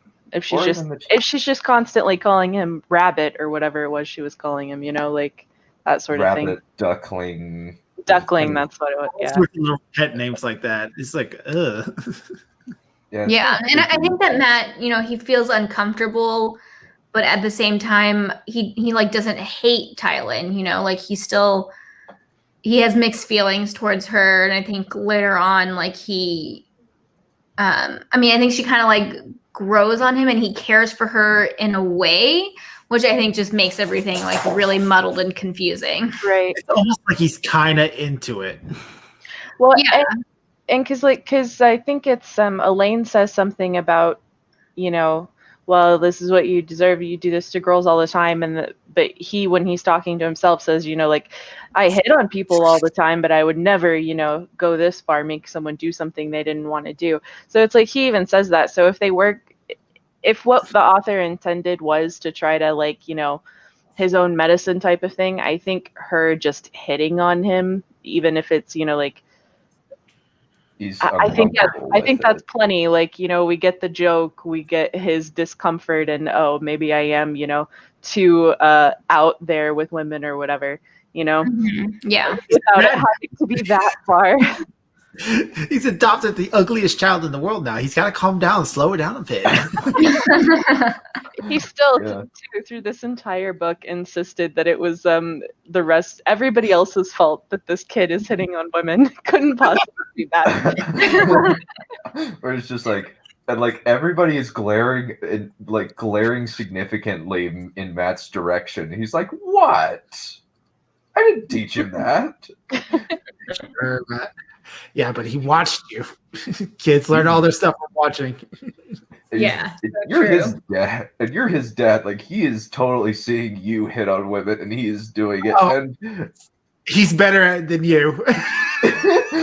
yeah, because he's an ugly kid. Like, he's the ugliest kid in the whole world, which is kind of hilarious because it's just like this like kid is somehow like is just has like, oh, I can't decide. You're so pretty and you're so pretty. I think he's not even aware of what he's doing. He's like, this is what Matt does. He gets all the attention. He just wants attention. That's it. Mhm. Yeah. And yeah, the Ebudar. So if you can gather anything from our discussion of Ebudar, it's very confusing to try and talk about, because like both nothing happens and a lot of things happen. Mhm. And it's a weird combination. But while the grape subplot is going on, let's just call it that, we have the Mogideon kind of pestering the Black Aja in the area to pick up the pace. And we saw them actually last book torturing one of the kin for information, but nothing really came of it, it seems like, other than they find out, oh, there's a weird thing here. It's a little bit strange. But we just have a little subplot here where Mogideon comes and she sees Nynaeve going onto a boat, and she decides, all right, revenge. Does she do it? Oh my gosh. She goes right for the jugular. Yeah, she goes right for the jugular and just says, all right, balefire, baby. And she's like, oh crap, Moradin will find out. He'll kill me. Only for revealing myself. Oh crap. This is not good. And she just starts running. Yeah, Mogideon got Mogidi gone. Yeah. This is one of my favorite scenes in this book. Where I guess the little bit that happens after this, like the Nynaeve portion of it. Oh yeah. Yeah, where she finally like finds inner peace. And yeah. She's finally able to like channel without being angry, and that's just such a cool moment, because this whole series we're told over and over she's like the strongest, but she has this barrier that is, preventing her from being able to channel whenever. And then on top of that, you get the reuniting of Lan and Nynaeve too, and I love that scene. Yeah, it just I like also one of the facts that it's called Mashiara, which means beloved of heart and soul in the old tongue, which is just like, aw, sweet. They go to Mogideon misses Nynaeve with the balefire, hitting the bodyguards in the boat in the rowers. Instead, sees the boat sinking underneath the water, decides, okay, that's good enough. I got to get out of here. Nynaeve, we had go back in time a little bit to Nynaeve's point of view. Then suddenly she's just sinking in water. It's like, what just happened? One thing that is bad, that I feel bad for Nynaeve, is that she has a queasy stomach. Like she's like blood and bloody ashes, and she just claps her hand over her mouth and just Yeah. Spring break episode. What? Yeah. Interesting. Yeah. But yeah, like, and finally, Nynaeve and Lan, they get hitched. They get married. Yay. We don't get to see the ceremony.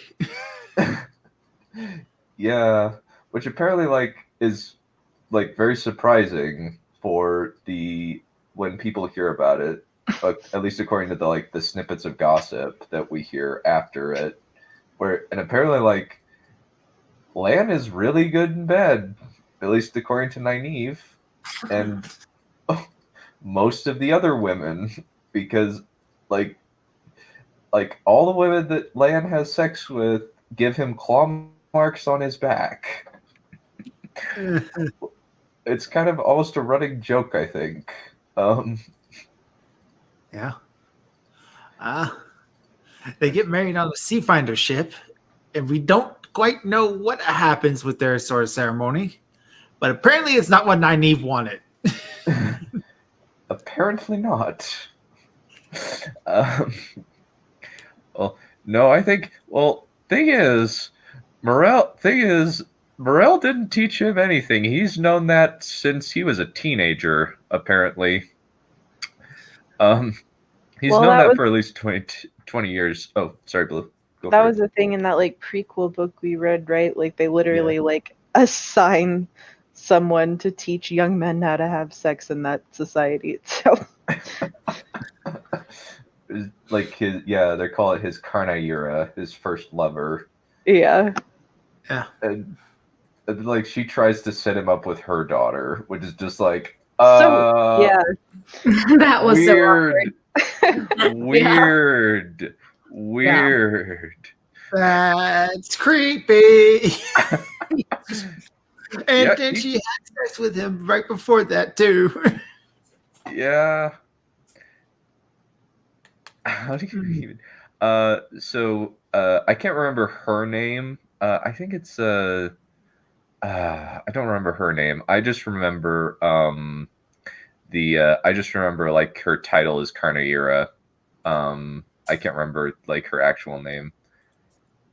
Well, I know it's not weird that they're not blood related, but it's just like if you were to have sex with a lady and then she said, "Oh, my daughter who's about the same age as you, you should get married." And it's just like, that's still kind of weird. That's kind of weird. Wow, we've been talking for 2 hours about like kind of most of the filler. Yeah, kind of. I do have to get going at the 2.5 hour mark, so. Alrighty. We will. But yeah, after that, they find the Bull of the Winds, and this creature called a golem shows up, who is basically a vampiric Mr. Fantastic. Is how I would describe the golem. Yeah, they're basically they really are vampires. And will slip underneath the small cracks in doorways and mouse holes, feeding on the blood of their kills. Mm-hmm. And Matt's amulet is apparently made of whatever these things are. Yeah, either that or like there's something weird about his amulet that like just burns his face. Mm-hmm. And makes him not quite as unnoticeable as he was. And they do end up, one of them ends up killing he kills one of his dudes, Nelician, who they kind of complaining the entire moment, all the way up to that moment that he wanted to be back in bed. Yep. And it's just like, oh man, you poor dude. I'm sad. Yeah. I think one part of it, and then after that, pretty much they leave, just as the Shan attack can cut to black after Matt has a building fall on him. So, Yeah. And that's the end of the Ebudar subplot. I can remember being so frustrated on my first read with that ending for Matt because I was like, wait, what? Like, what happens to him? I was so frustrated. Yeah. Yeah. Yeah. Did you think he was dead, or do you think like we're still going with the rule of only if I see a corpse, or am I going to think he's dead? There's got to be a Dad, he's not even married yet. That's a good point. It could be interesting. Prophecies are fake. That would be an interesting twist for the book series to take. But it would. I don't know. We haven't seen much proof of that yet because they've been very careful not to say Rand will beat the Dark One. It's like there's a chance he could beat the Dark One. It's the slimmest of part. He will fight and he'll die. It's like, well, plus these weren't like Aes Sedai prophecies. These were like weird creatures beyond a door in an alternate dimension prophecies. So probably should be taken even more seriously. Yeah, it could also be even like foretellings as well. There were foretellings from Aes Sedai, but we don't have a lot of descriptions. But yeah, the Finn are That's an interesting theory that the prophecies of the dragon are from the Finn. That's actually an interesting idea. Yeah. Do we get to see more of the Finn later on in the series? Raffo. That is a hard Raffo. Oh, dude. Okay. or Laffo, I guess in this case, since y'all are listening to the audiobooks. So I've coined a new one. It's Laffo, not Raffo. Yeah. Okay. That's probably a yes then. All right. Well, it would be weird. But then like we get to Rand, and Rand surprisingly has very little to do. For a series about him, he doesn't do a whole lot. For a guy trying to conquer the world. Yeah. It's kind of weird. Like, I actually looked at the numbers. Like, Rand is like 4th on the list of like percentage of this book. It's kind of more about the things that happen around him. Yeah, Matt gets the most screen time in this book, and so the first thing that kind of happens is Rand gets back. He sends Perion off, but then we encounter a new character by the name of Cadsuane Malydrin, who last time we saw her... Yeah, back from New Spring. It's interesting because Cadsuane, like, comes in and is just blasé about the fact that this guy who is kind of unstable emotionally, and she's just really blasé about it and just like remarks, "Oh, this Ashaman guy has some pretty this Ashaman from Arafel has some very pretty eyes. How cute." And it's like, dang, you got balls of steel, woman. And she's just like, "So, have you started hearing voices yet?" Oh, and then the creepy part is Luce Theron disappears after that. It's like, what? Yeah, it's just it's an interesting. Who's the big guy? That would be Samael. This is actually the artwork for Samael. This guy. I actually honestly really like this. I honestly really like this particular imagery for Samael. And it's interesting that like he's got both the 9 golden beads, but he's also got the S on his hand, on his bracers. Yeah. And he's basically like what we talked about earlier. He's basically sending the Shido Aiel across the land to basically just like screw around with people. And Grandal's helping him. But while this is happening, like Rand like Cadsuane leaves and goes to talk with the Aes Sedai about some kind of vileness that happened just after the Aiel War, and and as well as kind of getting an update about what's going on. And it seems like Cadsuane has her own little coterie of sisters around her. Yeah, she's kind of like almost like the third faction for the Aes Sedai. There's Cadsuane, there's the rebels of what was it called? Saladar? Yeah, the Saladar, rebels. and then there's the White Tower. Mm-hmm. And then there's the Black Sisters, which I guess is kind of more of Dark Friend faction. Mm-hmm. Is she when she was talking about the stuff that happened after the Aiel War? Was she talking about the sisters that tried to just like kill every man they thought could maybe channel? I remember that. I think that's what she refers to.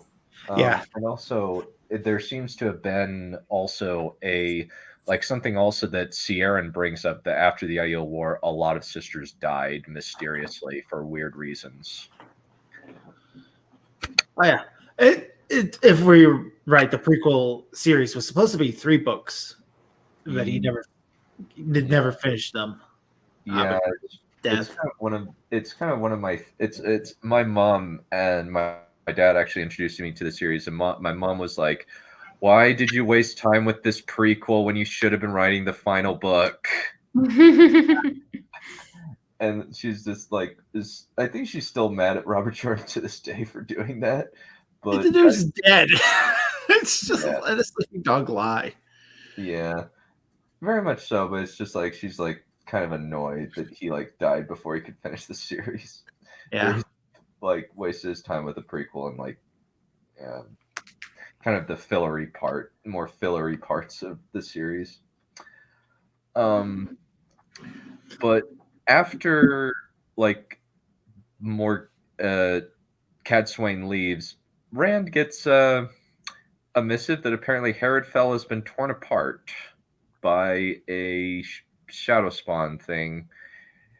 And then Min comes in after she's found Colliver has hanged herself rather than be a commoner. And like Rand and Min start kissing to comfort each other. And then they fuck. Yes. Yeah.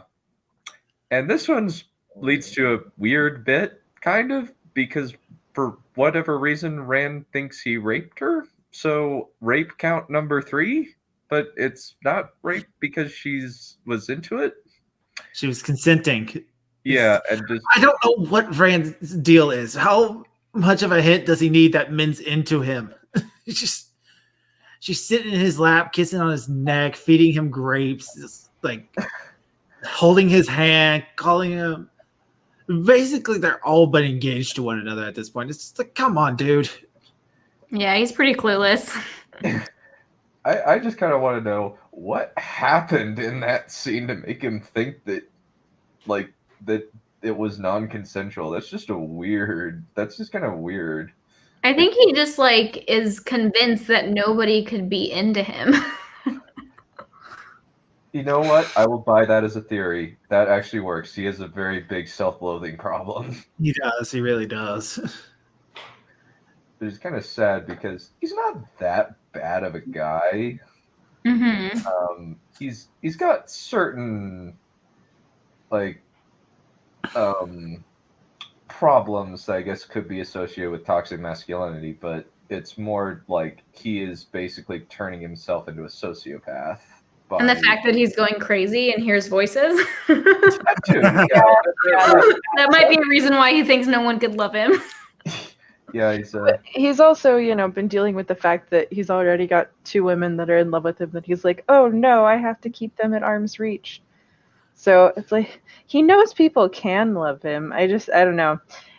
It could also be that since he was hearing so many voices and stuff, like maybe he just wasn't entirely cognizant the whole time.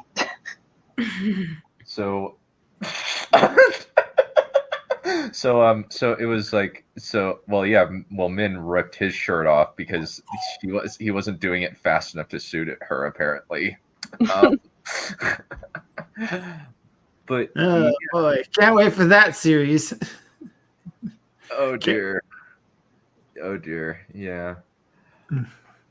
But we have after that, like he goes to meet the sea folk after apparently like she comes in, knocks on the door, and like the maidens let her in, and she's like, "Yeah, it was fine. It was consensual. I wanted to do it. This was you're not awful. Why is wrong with you?" And like he's like dumbfounded. It's just kind of hilarious. It's just like he's just like, close your mouth, you wool-headed fool. It's like he just closes his mouth and it's just like, you love me? Really? Are you sure? You can still take it back. She's like, no kickbacks. Have you gone mad? Yeah. Has the whole world gone insane on me? But after that, he meets with the sea folk, and seems like everything goes well for him. And then he leaves midway through. I do like the portion that he's having trauma from claustrophobia after being trapped in a box. He doesn't like being inside the ship. Yeah. Yeah, he's got some serious PTSD from Lord of Chaos. Yeah. Yeah, it's kind of just like the poor guy cannot catch a break in terms of like his trauma. And it just seems as though like his brain is just breaking both from the madness and the PTSD. Which is kind of rough. The poor guy. And so he meets the sea folk. He sets up the Aes Sedai that are loyal to him to make the bargain because his Tarviran powers have activated at this precise moment. Yeah. Which is kind of just like, and they're just like, what are you doing to me, Aes Sedai? This is not fair bargaining. And they just automatically assume they're messing with us with the one power. That has to be the case for why we're giving this much away in the bargaining stage. Which is kind of funny, to be perfectly. Which is kind of funny that they just automatically think Aes Sedai witchery. Yeah. So then Rand takes this moment of opportunity while everything's going on to try to go handle the rebels. Yeah, the Kyrian and rebels. Yeah, one interesting thing that we didn't bring up is basically that will possibly because it didn't really seem that important was there was a bunch of rebels in both Kyrian and Tyr that don't like Rand and want him out of Kyrian and Tyr respectively. But the problem is he's kind of there to stay, and they don't like that. But once he gets there, he starts chatting with the head of the Tyrant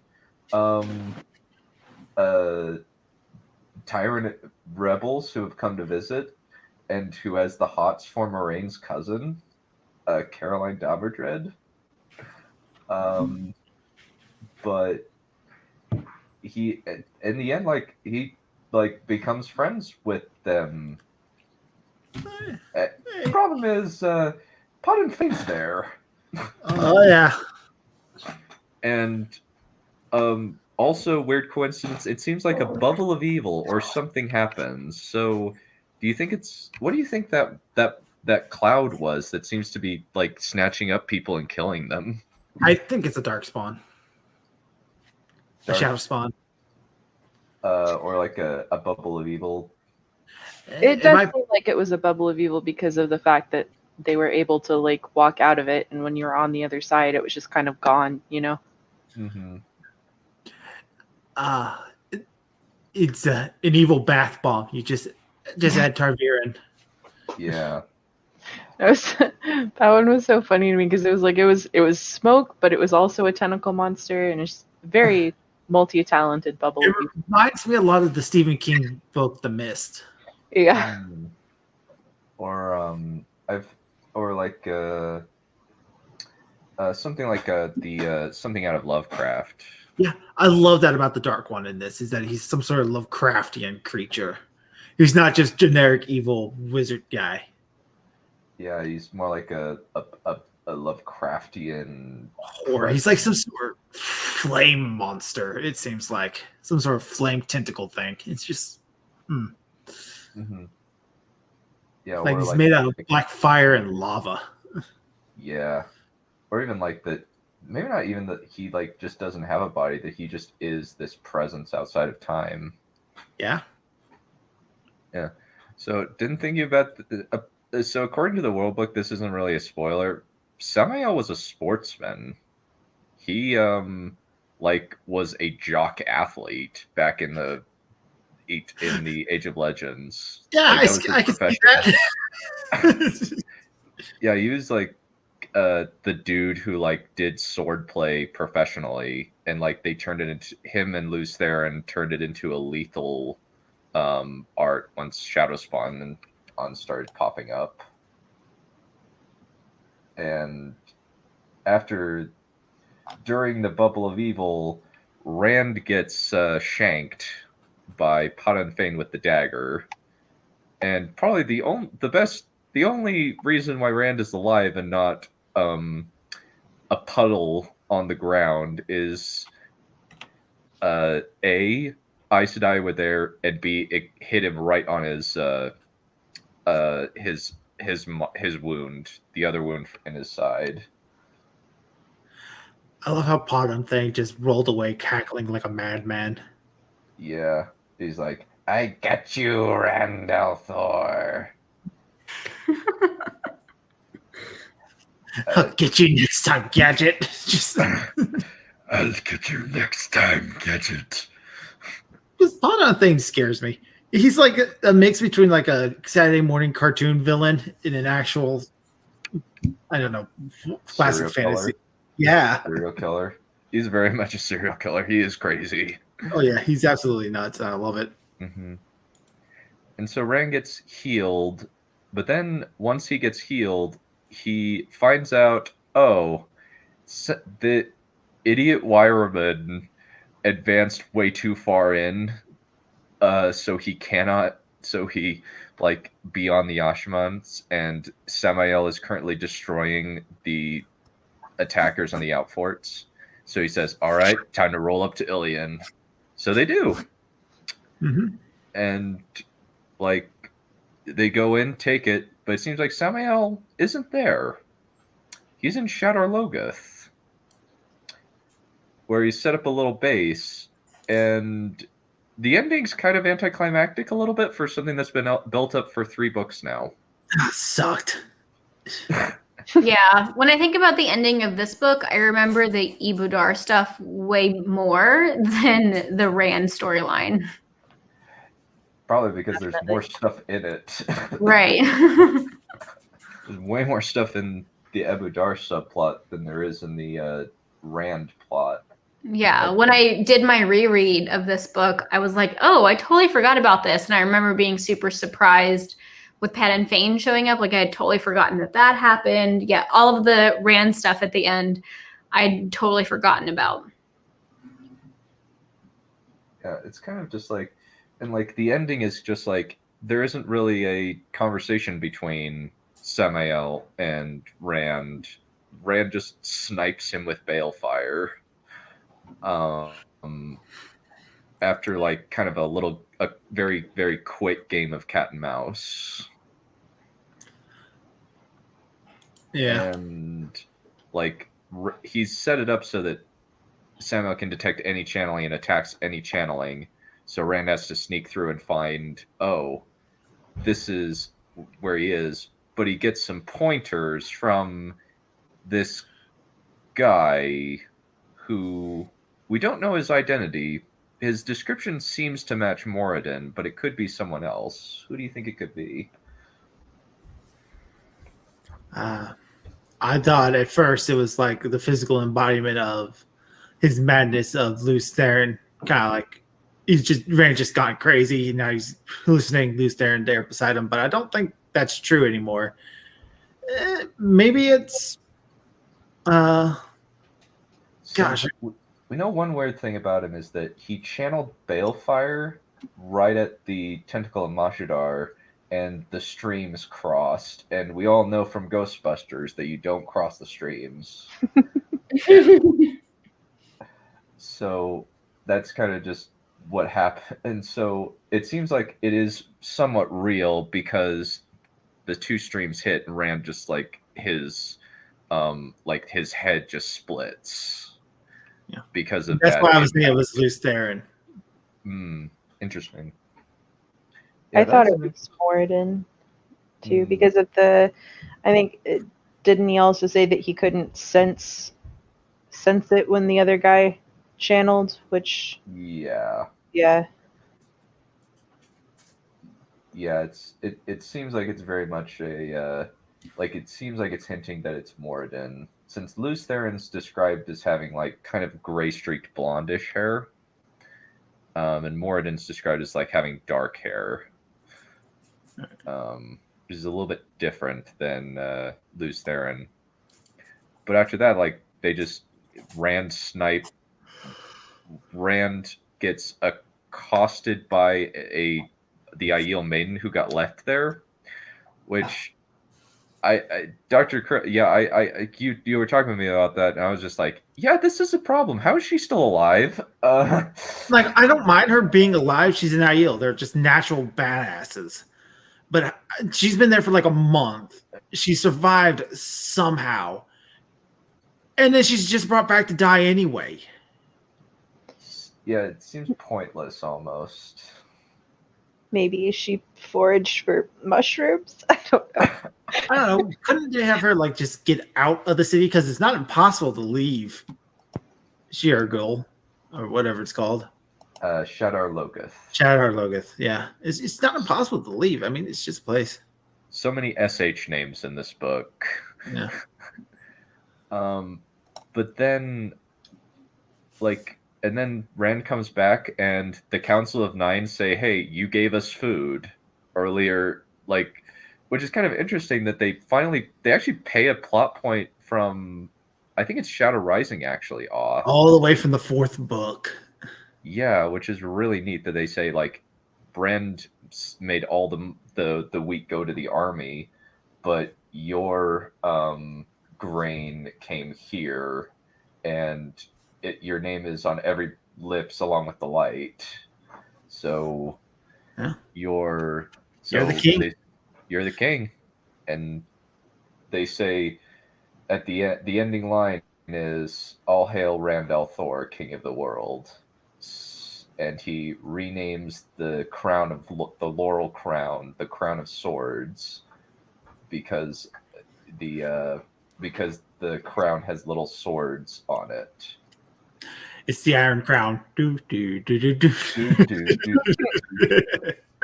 Yeah, which is interesting because, and also there's actually a Crown of Swords, a literal crown with swords on it in Game of Thrones. The crown of the King of the North is a bronze circlet with upturned swords. It's a fairly common design. Yeah, it is really neat. I think this is one of my favorite pieces of artwork. This is a kind of an example of the downturned kind of swords. But that's pretty much where this book ends. Kind of a little bit anticlimactic, unfortunately, for a villain that's been built up for 3 books. He kind of gets dealt with in a chapter.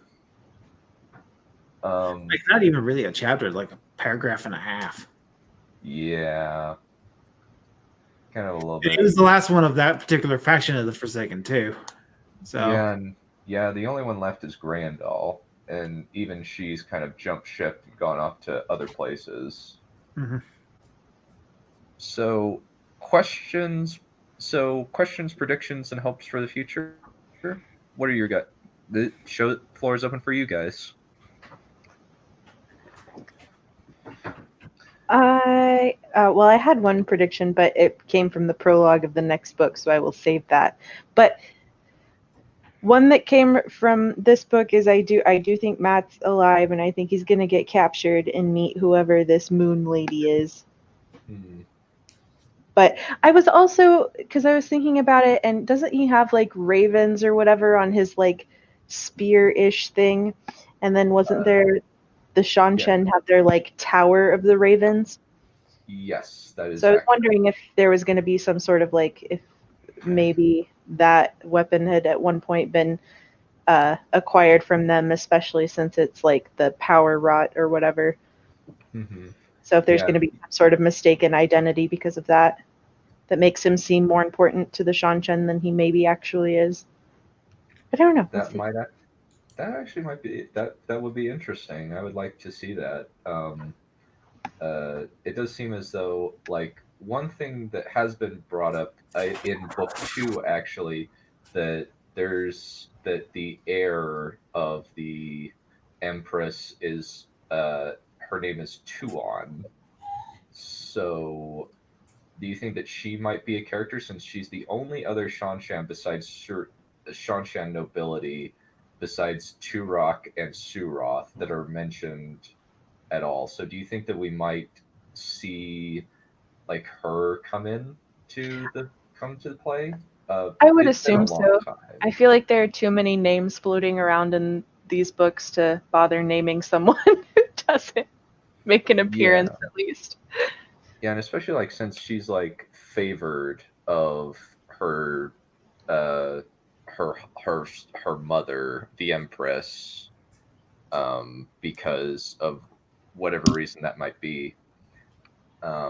So Yeah, well, she might be the one that Matt's supposed to marry, because like, so daughter of the Nine Moons, right? So if she's daughter of the Empress, who's the Empress of the House of the Nine Moons, then that would fit. or the Court of the Nine Moons. Or yeah, whatever It's so many weird names. So many weird names. Lots So of many names. names. Yeah, lots of names. So many things. I don't have a whole lot of big questions or predictions right now. I just hope to get more Linny in my life. Yeah, Linny is awesome. Linny, like her. yeah. She's like, so is the spy master guy that they stole from the White Cloaks. He's pretty cool too. I want to see more of him. Doll. Yeah. Seben Balwer. I do quite like Seben Balwer. He's an obsequious little rodent of a man, but he's still quite the interesting character. Anyway, I have to say this has been a good discussion. I'm wondering what we're going to do for the next one. That's going to be interesting. And There's no way that stream could be very long. We spent a while talking about the filler stuff, maybe. But anyway, thank you so much for coming on, Jade, Bedtime Bookworm. Please, to the 4 people that are watching us in chat and whoever watches, please go and check out her channel. It is very, very good. I highly recommend her stuff. Thank you so much. I also recommend her stuff on the World Hoppers channel with Elliot Brooks. She has a lot of interesting things. But for some reason, like most of the videos are gone. Like I missed I looked at it. It's just like, where did everything go? Yeah, we got rid of some of the older videos just because it's set up differently now with like different people and stuff. So we decided to go with a fresh start for the World Hoppers. So there are videos on the World Hoppers channel now, but it's newer ones. I don't know if you've seen them yet. I have not. I'm going to miss the Game of Thrones before Gush and the Game of Thrones regret stream. Wow, that was a good one. Yeah, and I also kind of missed the conversation regarding Terry Brooks, at least the Terry Goodkind. I mean, yeah, where it's just like, oh, yeah, Terry Goodkind. Ouch. Yeah, just after his death, we felt like that wasn't quite in good taste anymore. So we got rid of that one too. Yeah, it actually vanished before then, actually. I was looking at it, it vanished like 6 months before he died. Oh, maybe. I don't remember. Yeah. I know that like Daniel Green has like a version where he is responding to the actual thing. Maybe they like said, oh, let's let Daniel have this. Mm-hmm. But anyway, I know that Blue has to get going, but thank you all so much for coming. We appreciate it. Dr. Crow and Blue's channels are in the links below. Please sub to them. We'll see you guys later. Bye. Bye.